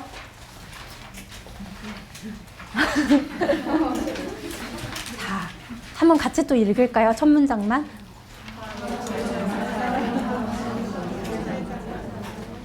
왜 하다 마세요. 제가 읽을게요. 네. 화학을 정말 사랑하는 화학실험 동아리 회장으로 학생 주도적으로 실험 주제를 받아 함께 의논하며 실험 일정과 준비 및 탐구 활동지를 기획하였다. 얘는 화학과를 가야 되는 애예요. 근데 제가 지금 한 번씩 이렇게 한 학기에 한 번 만나는 친구도 약간 이런 느낌이거든요. 걔는 화학 문제지를 직접 만들더라고요. 그리고 일반고인데 외부 대회에서 상을 타왔어요. 그래서 이걸로 카이스트 써라 이러고 한 번씩 이제 그 친구하고 연락을 하는 아이가 있는데, 만약 제가 앞에서 막 전공 적합성이 특정 전공이랑 너무 연계될 필요가 없다라고 하긴 하지만 나 이거 아니면 안 돼 하는 오타쿠 같은 애들이 있거든요. 그럴 땐 이거 되게 좋은 거예요. 그래서 전공 적합성에서 특정한 학과로 미는 게 안 좋다라는 거는 본인의 의지가 명확하지 않을 때 기준으로 안 좋다 하는 거고, 이 정도로 화학을 사랑하면 그냥 화학으로 다 밀어도 돼요. 넘어가겠습니다. 그리고 식품생명공학과 사례로 넘어가면 이 케이스도 본인이 뭔가 열심히 했던 게 드러나서 좋은 케이스라고 대학에서 판단합니다.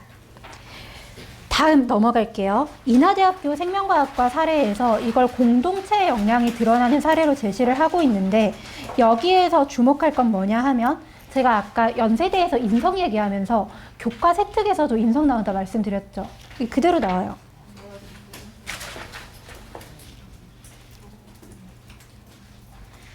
눈을 반짝이며. 제가 올해 카이스트 간 제자가 진짜 생기부 보고 제가 약간 울컥한 문장이 있어요. 수학 선생님이었나? 영어였나? 레이저 눈빛을 쏘며 집중한 이 학생만 보고 수업을 해도 수업이 너무 즐겁고 신나고 하나라도 더 말하고 싶게 만듦. 근데 걔는 진짜 안 뽑을 수가 없는 친구예요. 딱 걸어 들어오잖아요. 합격. 이런 느낌입니다. 그런 게 3년이 쌓이면 이게 저희가 교육학 용어 제가 한 번만 쓸게요. 선생님이 보통 한 학생 생기부를 쓸 때 50명 정도가 개입을 하게 된다고 통계적으로 추론을 합니다. 뭐 학교에 따라서 1, 2, 3학년 같은 과목 같은 쌤이 들어오시는 경우도 있는데 특히나 공립 같은 경우는 계속 바뀌거든요. 근데 50명의 교사가 서로 다르게 평가하면 그걸 다면 평가라고 불러요. 그렇게 3년이 쌓였을 때 인성이나 학생의 성향이 드러나지 않으려고 해도 드러날 수밖에 없고 보통 거의 99%의 학교 선생님들은 밖에서 뭔가 너가 써오면 반영해줄게 하더라도 그거 복사 붙여놓기는 안 하세요. 거기다 본인이 하고 싶은 칭찬을 이렇게 덧붙이기 때문에 이게 3년이 쌓이면 기록 자체가 굉장히 달라집니다. 눈을 반짝인대요. 그죠? 그리고 친구들에게 귀감이 되고 밑에서도 할 수 있는 일을 찾아서 그 일을 했을 뿐이라며 담담하고 긍정적으로 역할을 수행함. 모범학생 추천해서 가장 많은 득표수를 얻음. 그 서울대 붙은 2점대 친구 있잖아요. 걔는 1, 2, 3학년 내내 학교에서 품격인 막 그런 거 뭐 선정하는 게 있어요. 그거 다 선정됐어요. 친구들 사이에서 선정하는 데서 이렇게까지 모범상을 받을 정도면 사실 성적에서 약간은 아쉬움이 있다고 하더라도 대학에서 면접까지는 불러봅니다. 이해가시죠? 그래서 생명과학과임에도 공동체 역량을 이 학교가 강조했다는 거는 대학을 가면 팀플을 많이 합니다. 근데 팀플 하는데 얘가 빌런이에요. 어떡하죠? 자, 잠깐 메디컬 얘기해 드릴까요? 아마 여기 의대 나오신 분들 많을 것 같은데 대충 제가 하는 말이 틀린 게 있더라도 감안하고 들어보실게요. 의대를 가면 제일 많이 하는 게 계속 팀으로 조 짜가지고 활동을 많이 하게 돼요.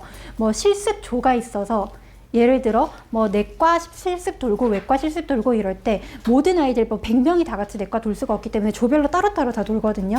근데 그때 우리 팀에 빌런이 있으면 돼요, 안 돼요? 큰일 나요. 그러다 보니까 의대는 특히나 이런 거 강조합니다.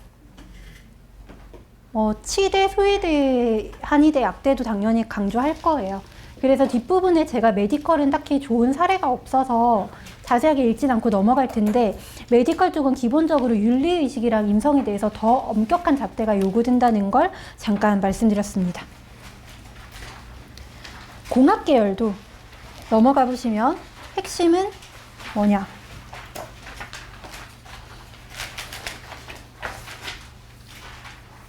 이거 한 문장만 보시면 돼요.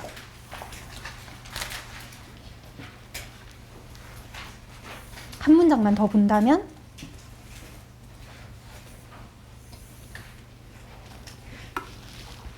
실험 실패했다고 그거 버리면 안 되겠죠. 다시 해야죠. 뭐 어쩌겠어요. 그 부분을 되게 중요하게 생각한다라는 것만 알고 계시면 될 것 같습니다. 이런 사례들은 제가 지금은 쭉 넘길 거예요. 왜냐하면 뒤에서 전공적 합성에 대해 좀 더 보고 싶은 게 있어서. 근데 경희대에서 80페이지의 핵심으로 봐야 되는 건 포기하지 않는 과제 집착력. 탐구 활동을 단편적으로 종결 짓는 게 아니라 계속 후속 탐구를 이어간다. 까지 보시면 됩니다. 넘어갈게요. 화학공학과 사례에서도 비슷한 얘기가 나올 거라서 넘깁니다. 인하대학교 사례에서도 그냥 같은 얘기가 쭉 나와요. 근데 87페이지에 멈추겠습니다.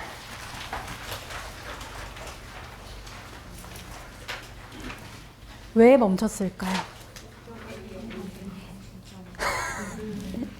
이거 진짜 중요해요. 여기 별표 치고 꼭 그 집에서 다시 보셨으면 하는데 본인이 관심을 갖는 분야가 있다면 양적으로 많은 걸 하는 게 아니라 이 말에 담고 있는 함의가 뭐냐 하면 그냥 다양한 주제로 이것저것 펼쳐가지고 뭐 100개의 주제를 탐구하는 게 아니라 하나의 큰 줄기를 가지고 내가 그 질문에 대해서 어떻게 풀어갔는지를 보여주는 게 더 좋은 생기부라는 겁니다. 그래서 본인도 이해하기 힘든 어려운 주제. 아까 제가 공학 논문 1학년이 못 본다 말씀드렸죠. 아마 졸업할 때 돼도 사실 논문 못 보는 애들 태반이에요. 특히나 공대는. 근데 그런 거 AI 검색해서 만들어지는 의미 없는 보고서 작성, 대학도 다 압니다. 싫어해요. 대신에 뭐를 해야 되냐면 책 한 권 읽고 이해하는 게 나을 수 있다. 그래서 가끔 그런 질문을 하세요. 대입에서 독서활동 상황이 들어가지 않으니까 독서 이제 안 해도 되는 거 아닌가요? 하시는데 역설적으로 독서는 더 중요해졌습니다. 그래서 이 독서를 그럼 어떻게 기록하냐 하면은 밑에다 잠깐 적어 드릴게요. 과목별 세특에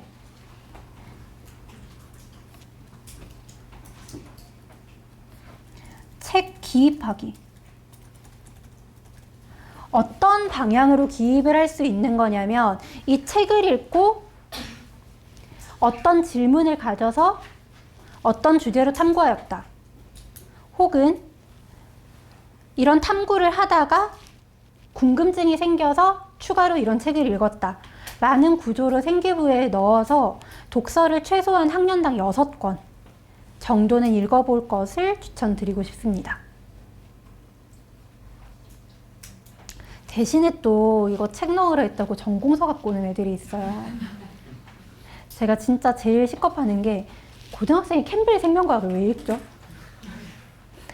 근데 간혹 학교에서 고급 생명과학 과목을 개설하면서 교재로 캠벨 생명과학 쓰는 학교들이 있어요. 뭐 북일고라거나 그런 일부 학교들은 캠벨 생명과학을 실제로 쓰는데 사실 과세특에서 생명과학 2도 아니고 1을 공부하는데 거기에서 캠벨 생명과학을 추가로 찾아보고 이거에 대해서 공부했다라고 하면 사실 그거 잘 쓰면은 괜찮은데 잘못 쓰면 조금 웃겨요.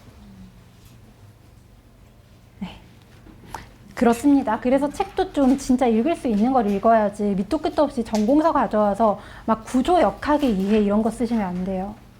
며칠 전에 토목 쓰는 친구가 뭐 구조 공학의 이해였나?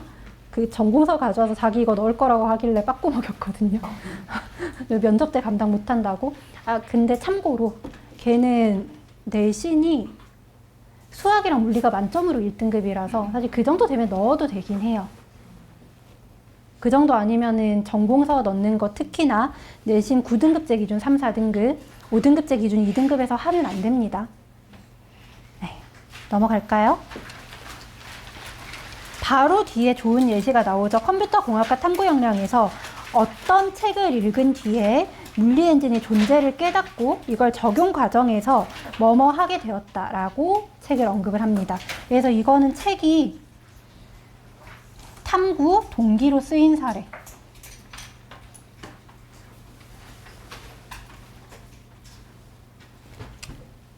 이해 가시죠? 넘어가겠습니다. 메디컬은 아주 짧게 볼게요. 페이지 90페이지입니다.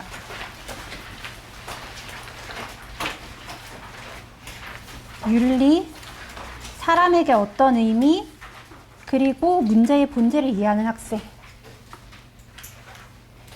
기본적으로 큰 틀이 인문사회 자연공학이랑 같아요, 달라요? 같아요. 대신에 거기서 메디컬 쪽 저는 간호도 메디컬을 포함을 해서 이야기를 하는데 왜냐면 요구하는 인재상이 같거든요. 의치, 한약수 그리고 간호학과까지 해서 공통적으로 보려고 하는 거는 윤리의식입니다. 네, 넘어갈게요. 그래서 동국대 약학과 사례는 제가 봤을 때는 너무 좋았어요. 3단계로 실험 설계. 이제 이런 거 눈에 잘 들어오시죠? 실험에 대해서 내가 혹시나 실패할 수도 있으니 어떤 단계로 설계해서 계속해서 보완해가는 노력이 있다라고 저는 여기서 해석을 했었습니다. 다음 넘어갈까요? 이전 실험에 그치지 않고 이제 이런 게 왜 제가 주목하는지 보이시나요?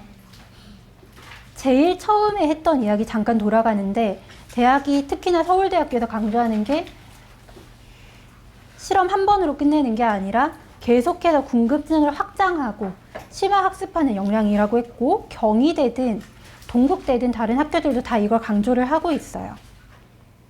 그래서 특히나 자연공학 계열 쓰려는 친구라고 한다면 실험 한 번으로 끝내지 마시고 글을 통해서 뭐를 더 볼 수 있을지를 같이 좀 봐주시면 가장 좋습니다. 여기까지 괜찮으세요? 다들 힘들어 보이십니다. 쉬는 시간이 없어요. 그래서 지금 잠깐 너무 힘들거나 하시면 화장실 그냥 자유롭게 나갔다 오시고 저는 계속 수업하겠습니다. 왜냐면 이게 쉬는 시간 주면 흐름이 끊겨서. 그 다음 경북대 사례도 지금 보게 되면 윤리적 쟁점까지 고민한 거를 굉장히 높게 평가했어요. 그죠? 여기만 보고 이제 넘어가겠습니다. 5번.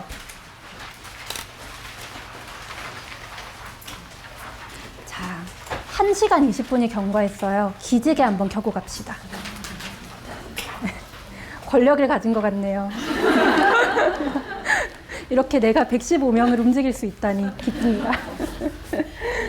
잠깐 여기에서 왜 제가 쉬어가냐면 자녀들이 이렇게 공부해요. 학원에서 하루에 6시간씩 앉아있는 거 진짜 보통 일 아니거든요. 그래서 애들이 군말 안 하고 가면 그냥 칭찬 많이 해주시면 되겠습니다. 여기서 제가 부제목으로 달아놓은 게 재확인이에요. 왜냐하면 앞에서는 경희대랑 동국대, 경북대, 인하대 사례를 봤는데 여기에선 중앙대랑 한국외대 사례를 봅니다. 근데 외대 거에서 제가 잠깐 강조하고 싶은 거는 외고 보내는 학부모님들 있으시잖아요.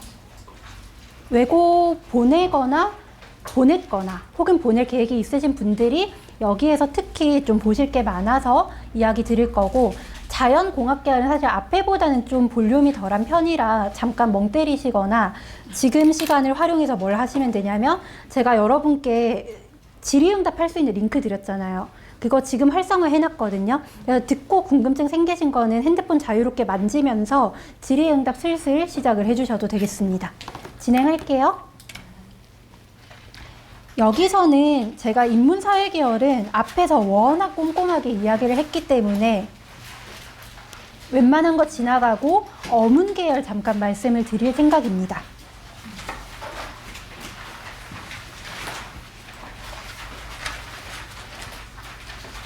제가 외대 거에서 제일 재밌게 봤던 게 인도학과 사례거든요. 얘가 109페이지.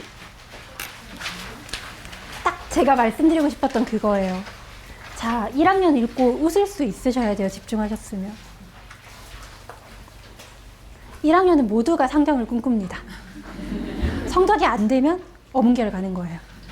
보자마자 확 보이시죠? 1학년 때 상경계열 전문의 특강을 듣고 관심 키워드 반 독과점으로 정리하고 영국의 기업가 존경하고 경영학과에 대해 배워요. 근데 인도학과를 갔대요.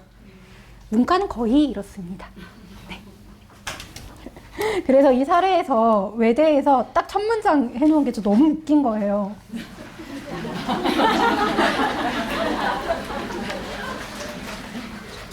보고 되게 웃겼어요. 단순히 인도어에 대한 관심이 아니라 인도라는 지역에 대한 실질적인 탐구. 아닌 것 같은데. 모두가 알고 속아주는 거죠. 네.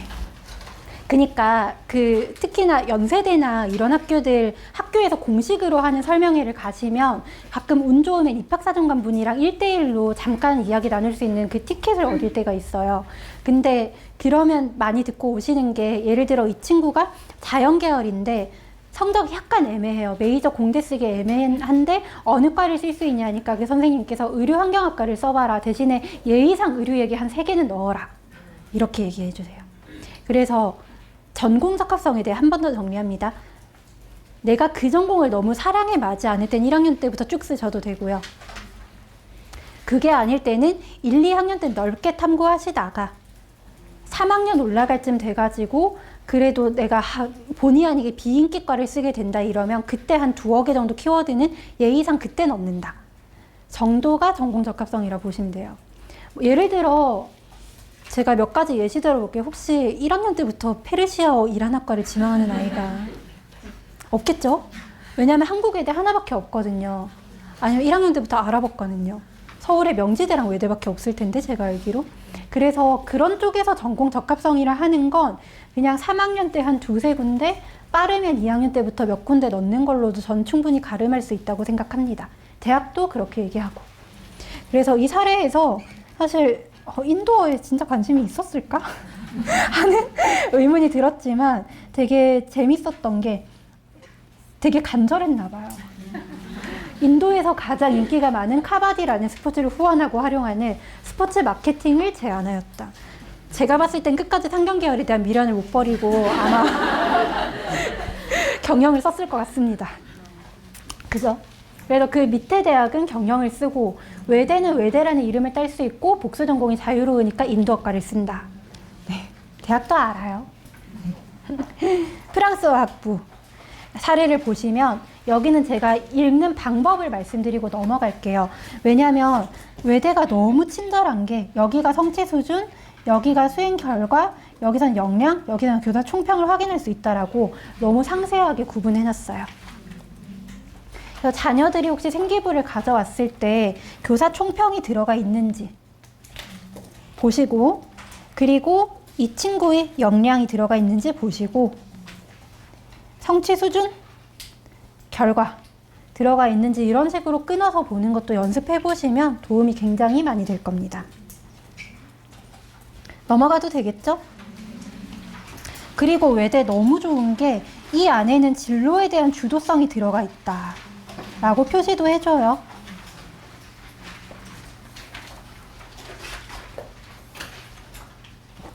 좋죠?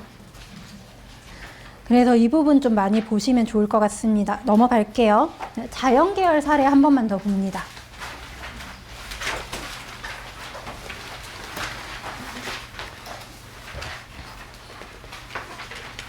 (118페이지)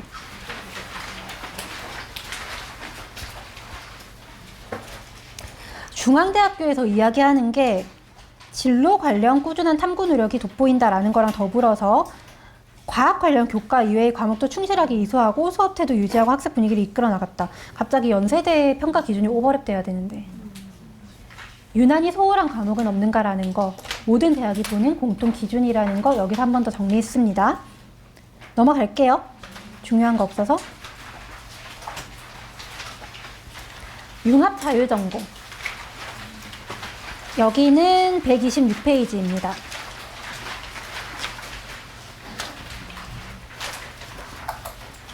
융합 자유전공이 최근에 많이 뽑아요. 그런데 여기에 대해서는 사실 대학에서 공개한 샘플이 많지가 않아서 제가 대학의 평가 기준만 언급을 하겠습니다.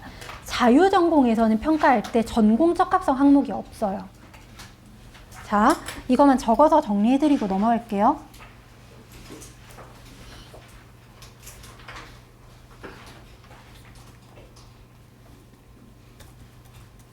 자유전공의 평가 항목에는 전공 적합성이 없습니다.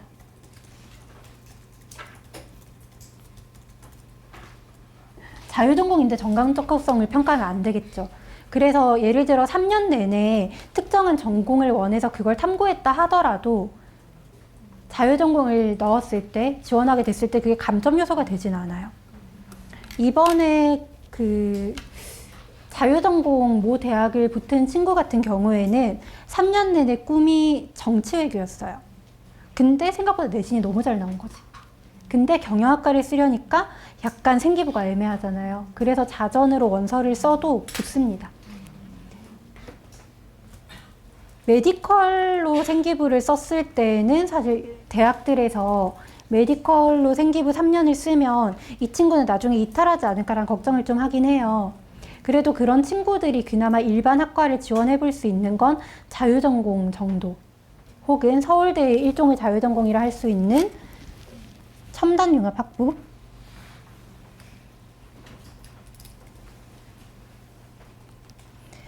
이런 데들이 그나마 전공 적합성을 덜 보는 쪽이 있더라까지만 언급을 간단하게 하겠습니다. 뒤에 사례는 지나가도록 할게요. 너무 많아서. 6번입니다. 여기가 오늘의 알파이자 오메가예요. 이러면 안 된다를 볼 겁니다. 저 쭉 넘길 테니까 저 넘기고 나면 따라오세요. 142페이지 먼저 봅니다. 142.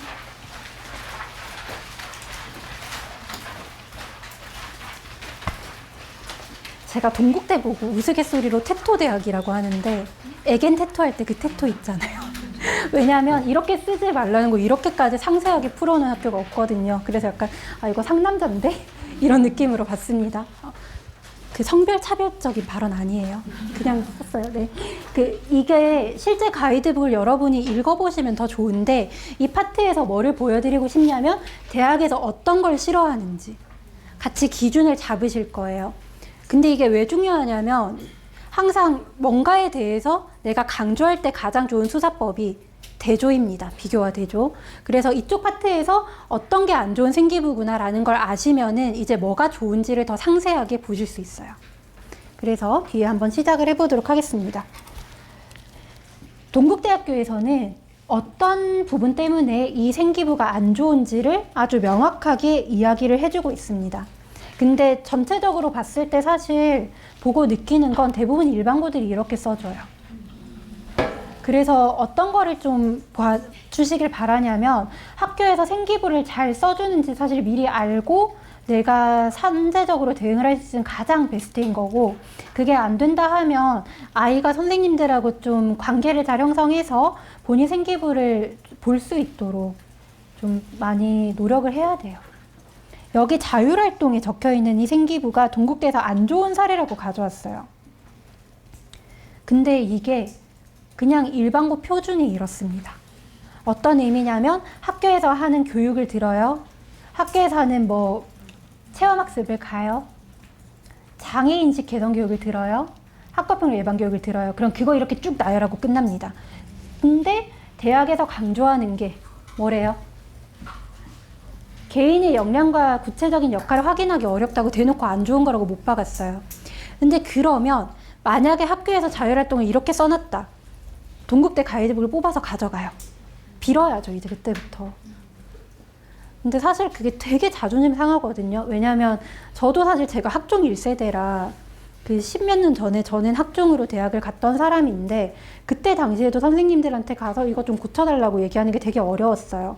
근데 그럼에도 불구하고 가야 하는 게 저는 솔직히 수능을 그렇게 잘 볼 자신이 없었고 내가 먹고 살 길은 결국에 학종밖에 없다 생각해서 그렇게 매달렸던 건데 본인이 수능을 겁나 잘하면 괜찮아요. 그게 아니면 가서 빌어야지 뭐 어쩌겠어요. 이렇게 쓰면 안 되는데 보고 숙연해 주신 것 같아. 이런 생기부 분명히 보셨을 겁니다. 내 아이 생기부에서. 늦지 않았어요. 2월 말까지 수정됩니다. 파이팅! 이런 거 하시면 안 돼요. 그 다음에 동아리 활동에서는 여기는 광고 홍보학과를 쓴 아이인데 전공에 대한 관심도가 안 드러났어요. 왜 여기에 대해서 아까 전공 적합성 안 본다 해놓고 이것 가지고 또 안 좋다고 하냐라고 질문하실 수 있는데 정도라는 게 있잖아요. 하다못해 딱 광고 홍보에 대한 관심이 아니라도 내가 어떤 분야에 관심이 있었고 어떤 의문을 가지고 탐구했는지 정도는 동아리에 넣어야 되는데 이건 그냥 공통으로 아무것도 안 는 애들한테 적어주는 내용이에요. 이런 거 들어가면 안 되고 적어도 전공 적합성은 아니라도 개인적으로 의문을 가지고 탐구한 내용이 필요합니다.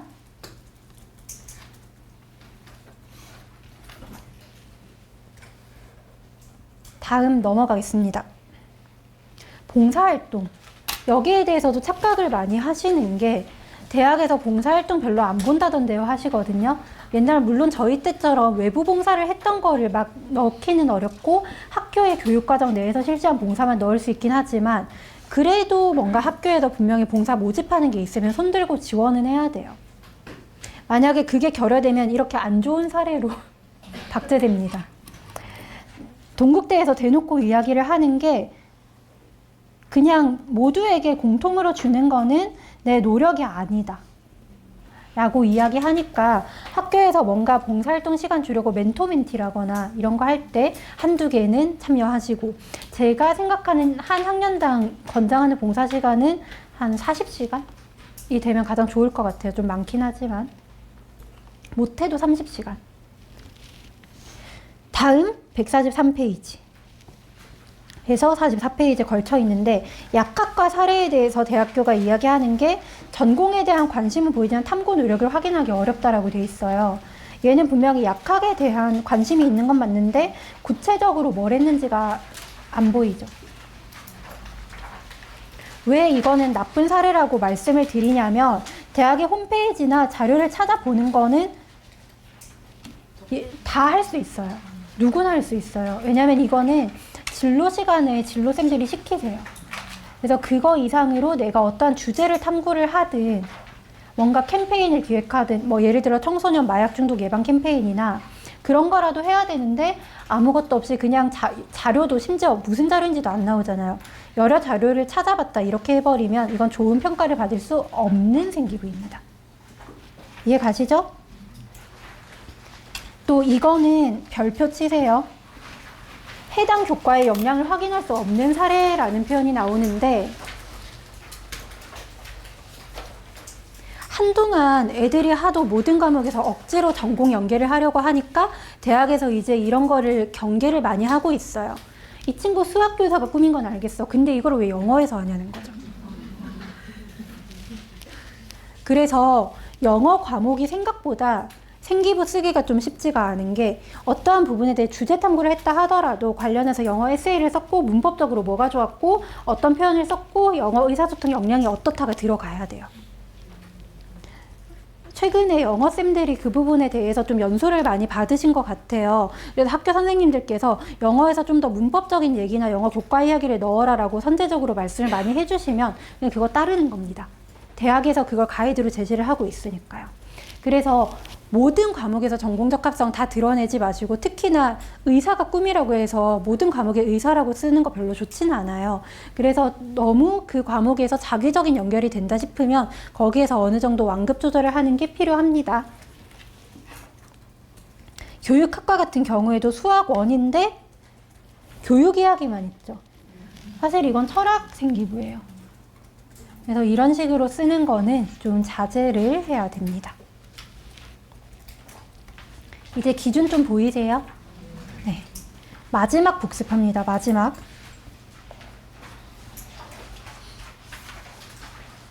(134페이지)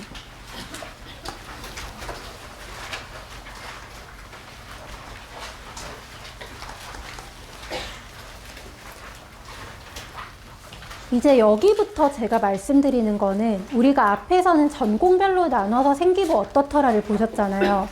이제 실제로 대학에서 생기부를 어떻게 읽는지 그 흐름을 따라갈 겁니다. 대학에서 생기부를 읽을 때 역량을 크게 3가지로 나눠서 제시를 하고 있어요. 첫 번째가 학업 역량, 두 번째가 진로 역량, 세 번째가 공동체 역량입니다. 보통 여기에 대해서 대학별 모집 요강을 보시면 대체로 비중이 학업 40, 진로 40, 그리고 공동체 역량 20% 정도를 배당을 해요. 여기부터는 이제 마지막 정리하는 파트고요. 조금만 더 힘내시면 제가 한 4시부터는 질의응답 시작을 하려고 계획을 하고 있습니다. 그 학업 역량 파트에서 뭐를 보실 거냐면 학생의 종합적인 학습 의지와 태도, 탐구활동 뭐 이런 걸 통해 드러나는 성취도나 기타 등등을 같이 보실 겁니다. 같이 바로 갈게요. 학업 태도에 대한 부분에서 샘플이 나와 있는데 이건 중앙대학교에서 최근에는 좀 이런 예시를 잘 안 해서 2024학년도 가이드북에서 가져왔습니다. 태도에 해당하는 부분 줄 거 보세요.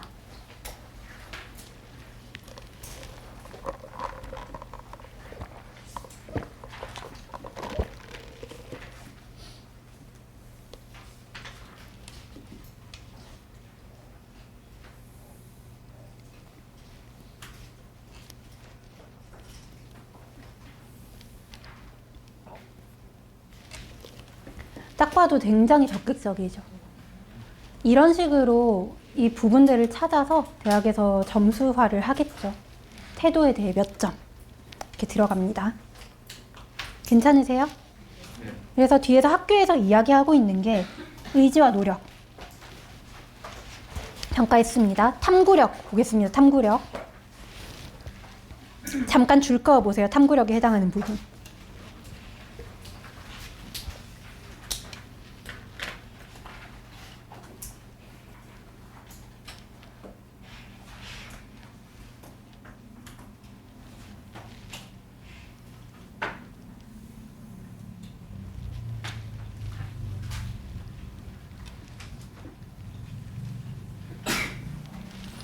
대충 이런 거 보셨으면 괜찮아요. 근데 사실 저는 이 위의 사례에서 더 말씀을 드리고 싶은 게 어떤 부분이냐면 합격과 작문 과목의 다른 과제나 비교적 관심이 적던 다른 교과에도 최선을 다해 참여했대요. 어지간히 태도가 안 좋았구나. 그죠? 그래도 뭐 많이 개선이 됐다는 게 드러났으니까 좋은 사례로 가져왔지 않을까 싶습니다. 그 다음 국어교과에서도 게임 시나리오 작가라거나 사회교과에서도 계속 질문해서 노력하였다.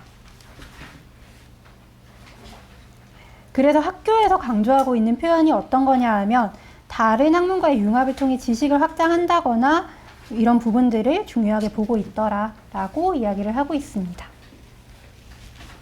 이제 학업 역량 끝났어요. 진로 역량으로 넘어가겠습니다. 진로 역량을 대학에서 강조하고 있는 거는 학교 생활 동안에 관심을 기울인 분야나 계열에 대해서 주도적으로 탐색해온 학생들이 좋은 평가를 받는다라는 표현을 쓰고 있습니다. 그래서 같이 확인하실게요. 여기는 좀 빨리 지나가겠습니다. 이 부분은 전공과 관련한 교과들을 이수했는가 하는 게 나오는데 갑자기 생명과학이 등장하죠. 왜일까요? 보통 과학 하나 정도는 이수하라고 학교에서 그냥 강제해서 그래요. 특별한 건 아니고. 근데 그래도 지금 이건 2022 개정교육과정 적용받는 아이들도 문과라고 해서 사회만 다 할 필요 없고 과학 한두 개 정도 들어두면 좀 다양성 측면에서 나쁠 게 없습니다.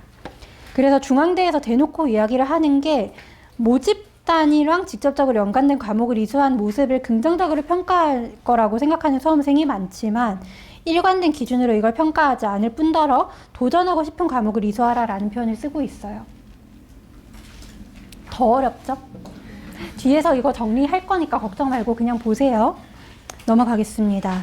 또 진로 탐색 활동과 경험에서 심리학과 사례가 나오는데 이 친구는 정말 심리를 많이 했던 친구였어요. 그래서 이 부분에서 너무 당연하게 전공 적합성에서 좋은 평가를 받았다라고 나온 사례입니다. 마지막 공동체 역량이고 139페이지입니다. 보시면 학업 역량과 진로 역량에 비해 상대적으로 비율은 적어요. 아까 제가 한 20% 정도로 대부분 학교에서 이야기한다고 말을 하고 있는데 어쨌든 인성이 좋다고 해서 대학에서 공부 잘하진 않거든요. 그래서 이런 식의 표현을 쓰고 있다라는 것만 알아주시면 될 것 같습니다. 다만 대학에서 협업과 소통 능력이나 나눔과 배려, 성실성과 규칙 준수, 리더십 같은 거를 평가를 하기는 한다. 그래서 수업 시간에 태도가 안 좋았다고 적혀서 좋을 게 없다만 여기서 알고 넘어가시면 돼요. 이제 뭐 할 거냐면 진짜 마지막입니다. 그 학과별로 이수 과목을 확인을 하고 제가 일방적으로 전달하는 파트는 마무리할 거예요. 학생부 구조는 나중에 댁에서 읽어보시면 될 것 같습니다. 158페이지 넘어가겠습니다.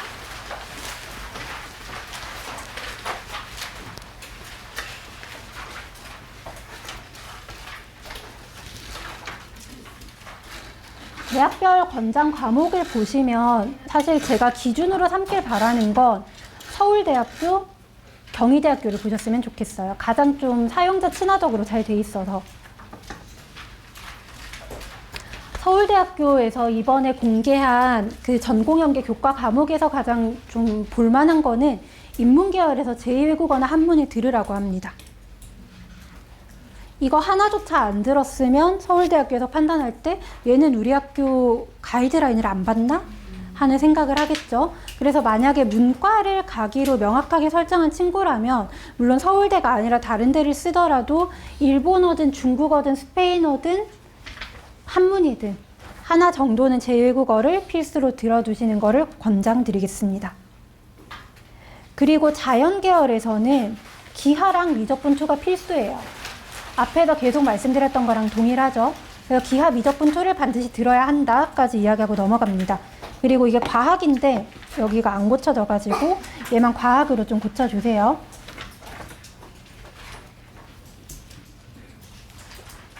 서울대가 권장 연계 일반 선택 과목을 하나만 제시를 하긴 했는데 그냥 과학은 3개 정도는 듣는다라고 보시는 게 가장 좋을 것 같습니다. 그래서 물리 관련은 당연히 물리학이 베이스가 되는 거고 화학 관련은 화학을 베이스로 제시하고 있고 다만 의과대학은 생명에서 생투를 다 들으라는 이야기겠죠. 그래서 의대나 메디컬에 쓰는 친구들이라면 가급적 예전의 생투나 화투에 해당하는 거는 다 들으시면 됩니다. 그리고 별표. 과학을 3과목 이상 이수해라. 이게 뭐냐면 당연히 일반 선택 3개라는 맥락으로 제시한 건 아니긴 해요. 그냥 일반 진로 융합 선택 포함해서 3개 이상은 들었으면 좋겠다라는 게 최소한 이 정도는 듣고 와라 라는 기준을 좀 러프하게 적용을 했습니다. 다음 넘어가서 고려대학교 기하 필수. 기하 이수하셔야 돼요, 수학에서. 그리고 공대 같은 경우에는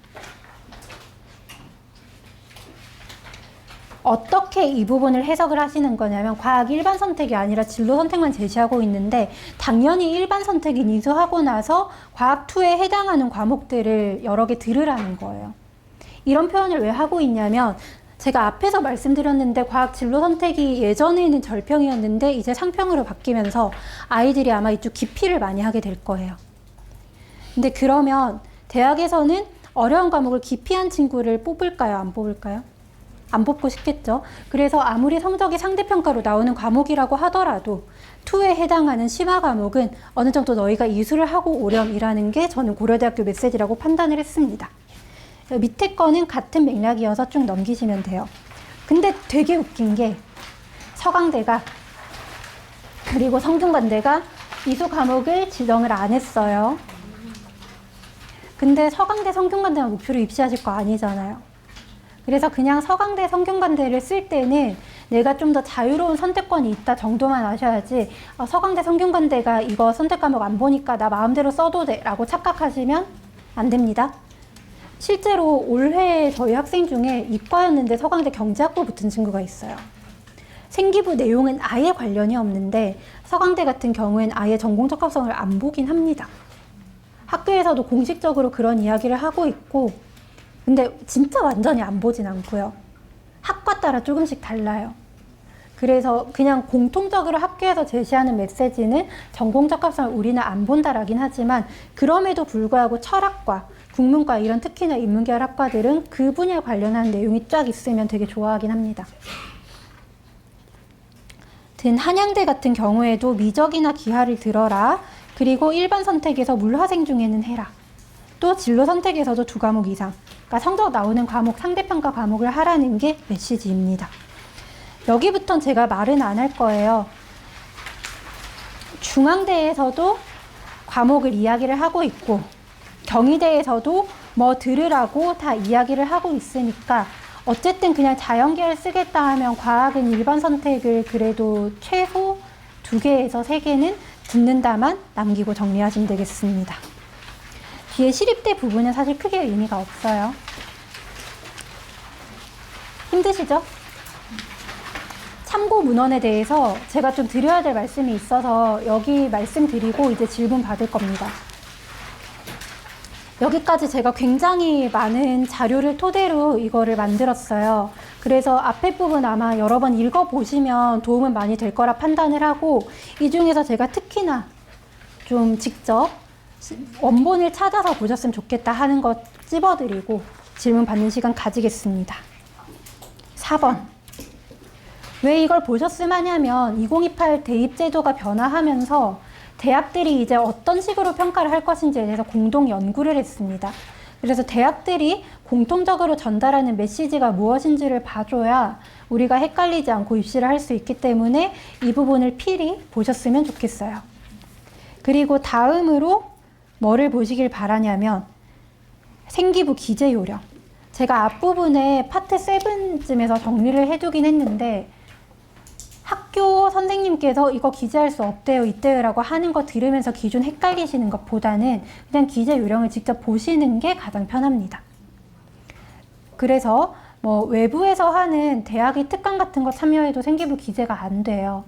그래서 그런 거 중학교 때는 그냥 전공 탐색용으로 가셔도 되지만 고등학교 때는 사실 그거 가는 게 입시에 도움이 별로 안 돼서 저는 권장드리진 않습니다.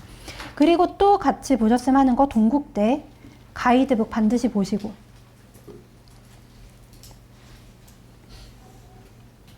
서울대 8번, 9번입니다. 그리고 중앙대학교 18번에 있는데 예전 버전이에요. 2024 학년도 학생부 종합전형 가이드북을 보시면 샘플이 굉장히 많이 있기 때문에 가장 도움이 되실 것 같습니다. 그리고 22번의 외대 같은 경우는 인문계열이면 보시고 자연공학계열이면 사실 크게 중요하진 않을 것 같아요. 이게 제가 사실 자료 준비를 하면서 넣고 싶은 내용이 더 많았는데 줄인 게 175페이지였어요. 그래서 지금까지 제가 1시간 50분 동안 숨가쁘게 달렸던 건 이 가이드북에서 핵심만 보면서 진짜 빠르게 전체적인 얼개만 잡았다고 보셔야 돼요. 이거 한 번 들었다고 해서 사실 학종에 대해서 완벽하게 이해하시긴 어렵습니다.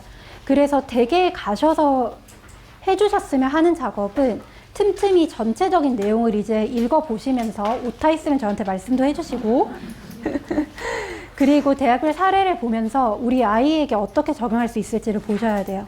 그러면서 확인하실 거는 대학이 가장 중요하게 보는 게 전공 적합성보다는 사고의 과정에 해당하는 흐름이다 라는 거, 그리고 평가할 때 어떤 기재사항들을 더욱 긍정적으로 보는지에 대해서 기준을 정립하셔야 됩니다. 그래서 외부에서 사실 이런 설명회를 많이 들으시는 것도 좋아요. 좋긴 한데 사실 그 전에 제가 강조를 드리고 싶은 거는 이미 대학에서 그 분야의 전문가이신 적어도 석사까지 하신 분들이 더 많은데 그럼 입학사정관 분들이 이렇게 깔끔하고 읽기 좋게 정리해준 자료를 두고 누군가가 2차적으로 가공한 자료만 보는 건 사실 본질에 다가가기 어렵거든요. 그래서 정해드릴게요. 초등학생 학부모님들은 가장 큰 아이가 초등학생이면 이거 다 보실 필요 없이 서울대만 보시고 나머지 안 보셔도 돼요.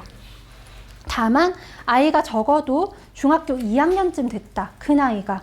그러면 제가 여기서 말씀드렸던 자료집들에서 이야기하고 있는 흐름들이 지금 중2까지는 이어질 가능성이 매우 높기 때문에 아마 많은 도움이 되실 것 같습니다.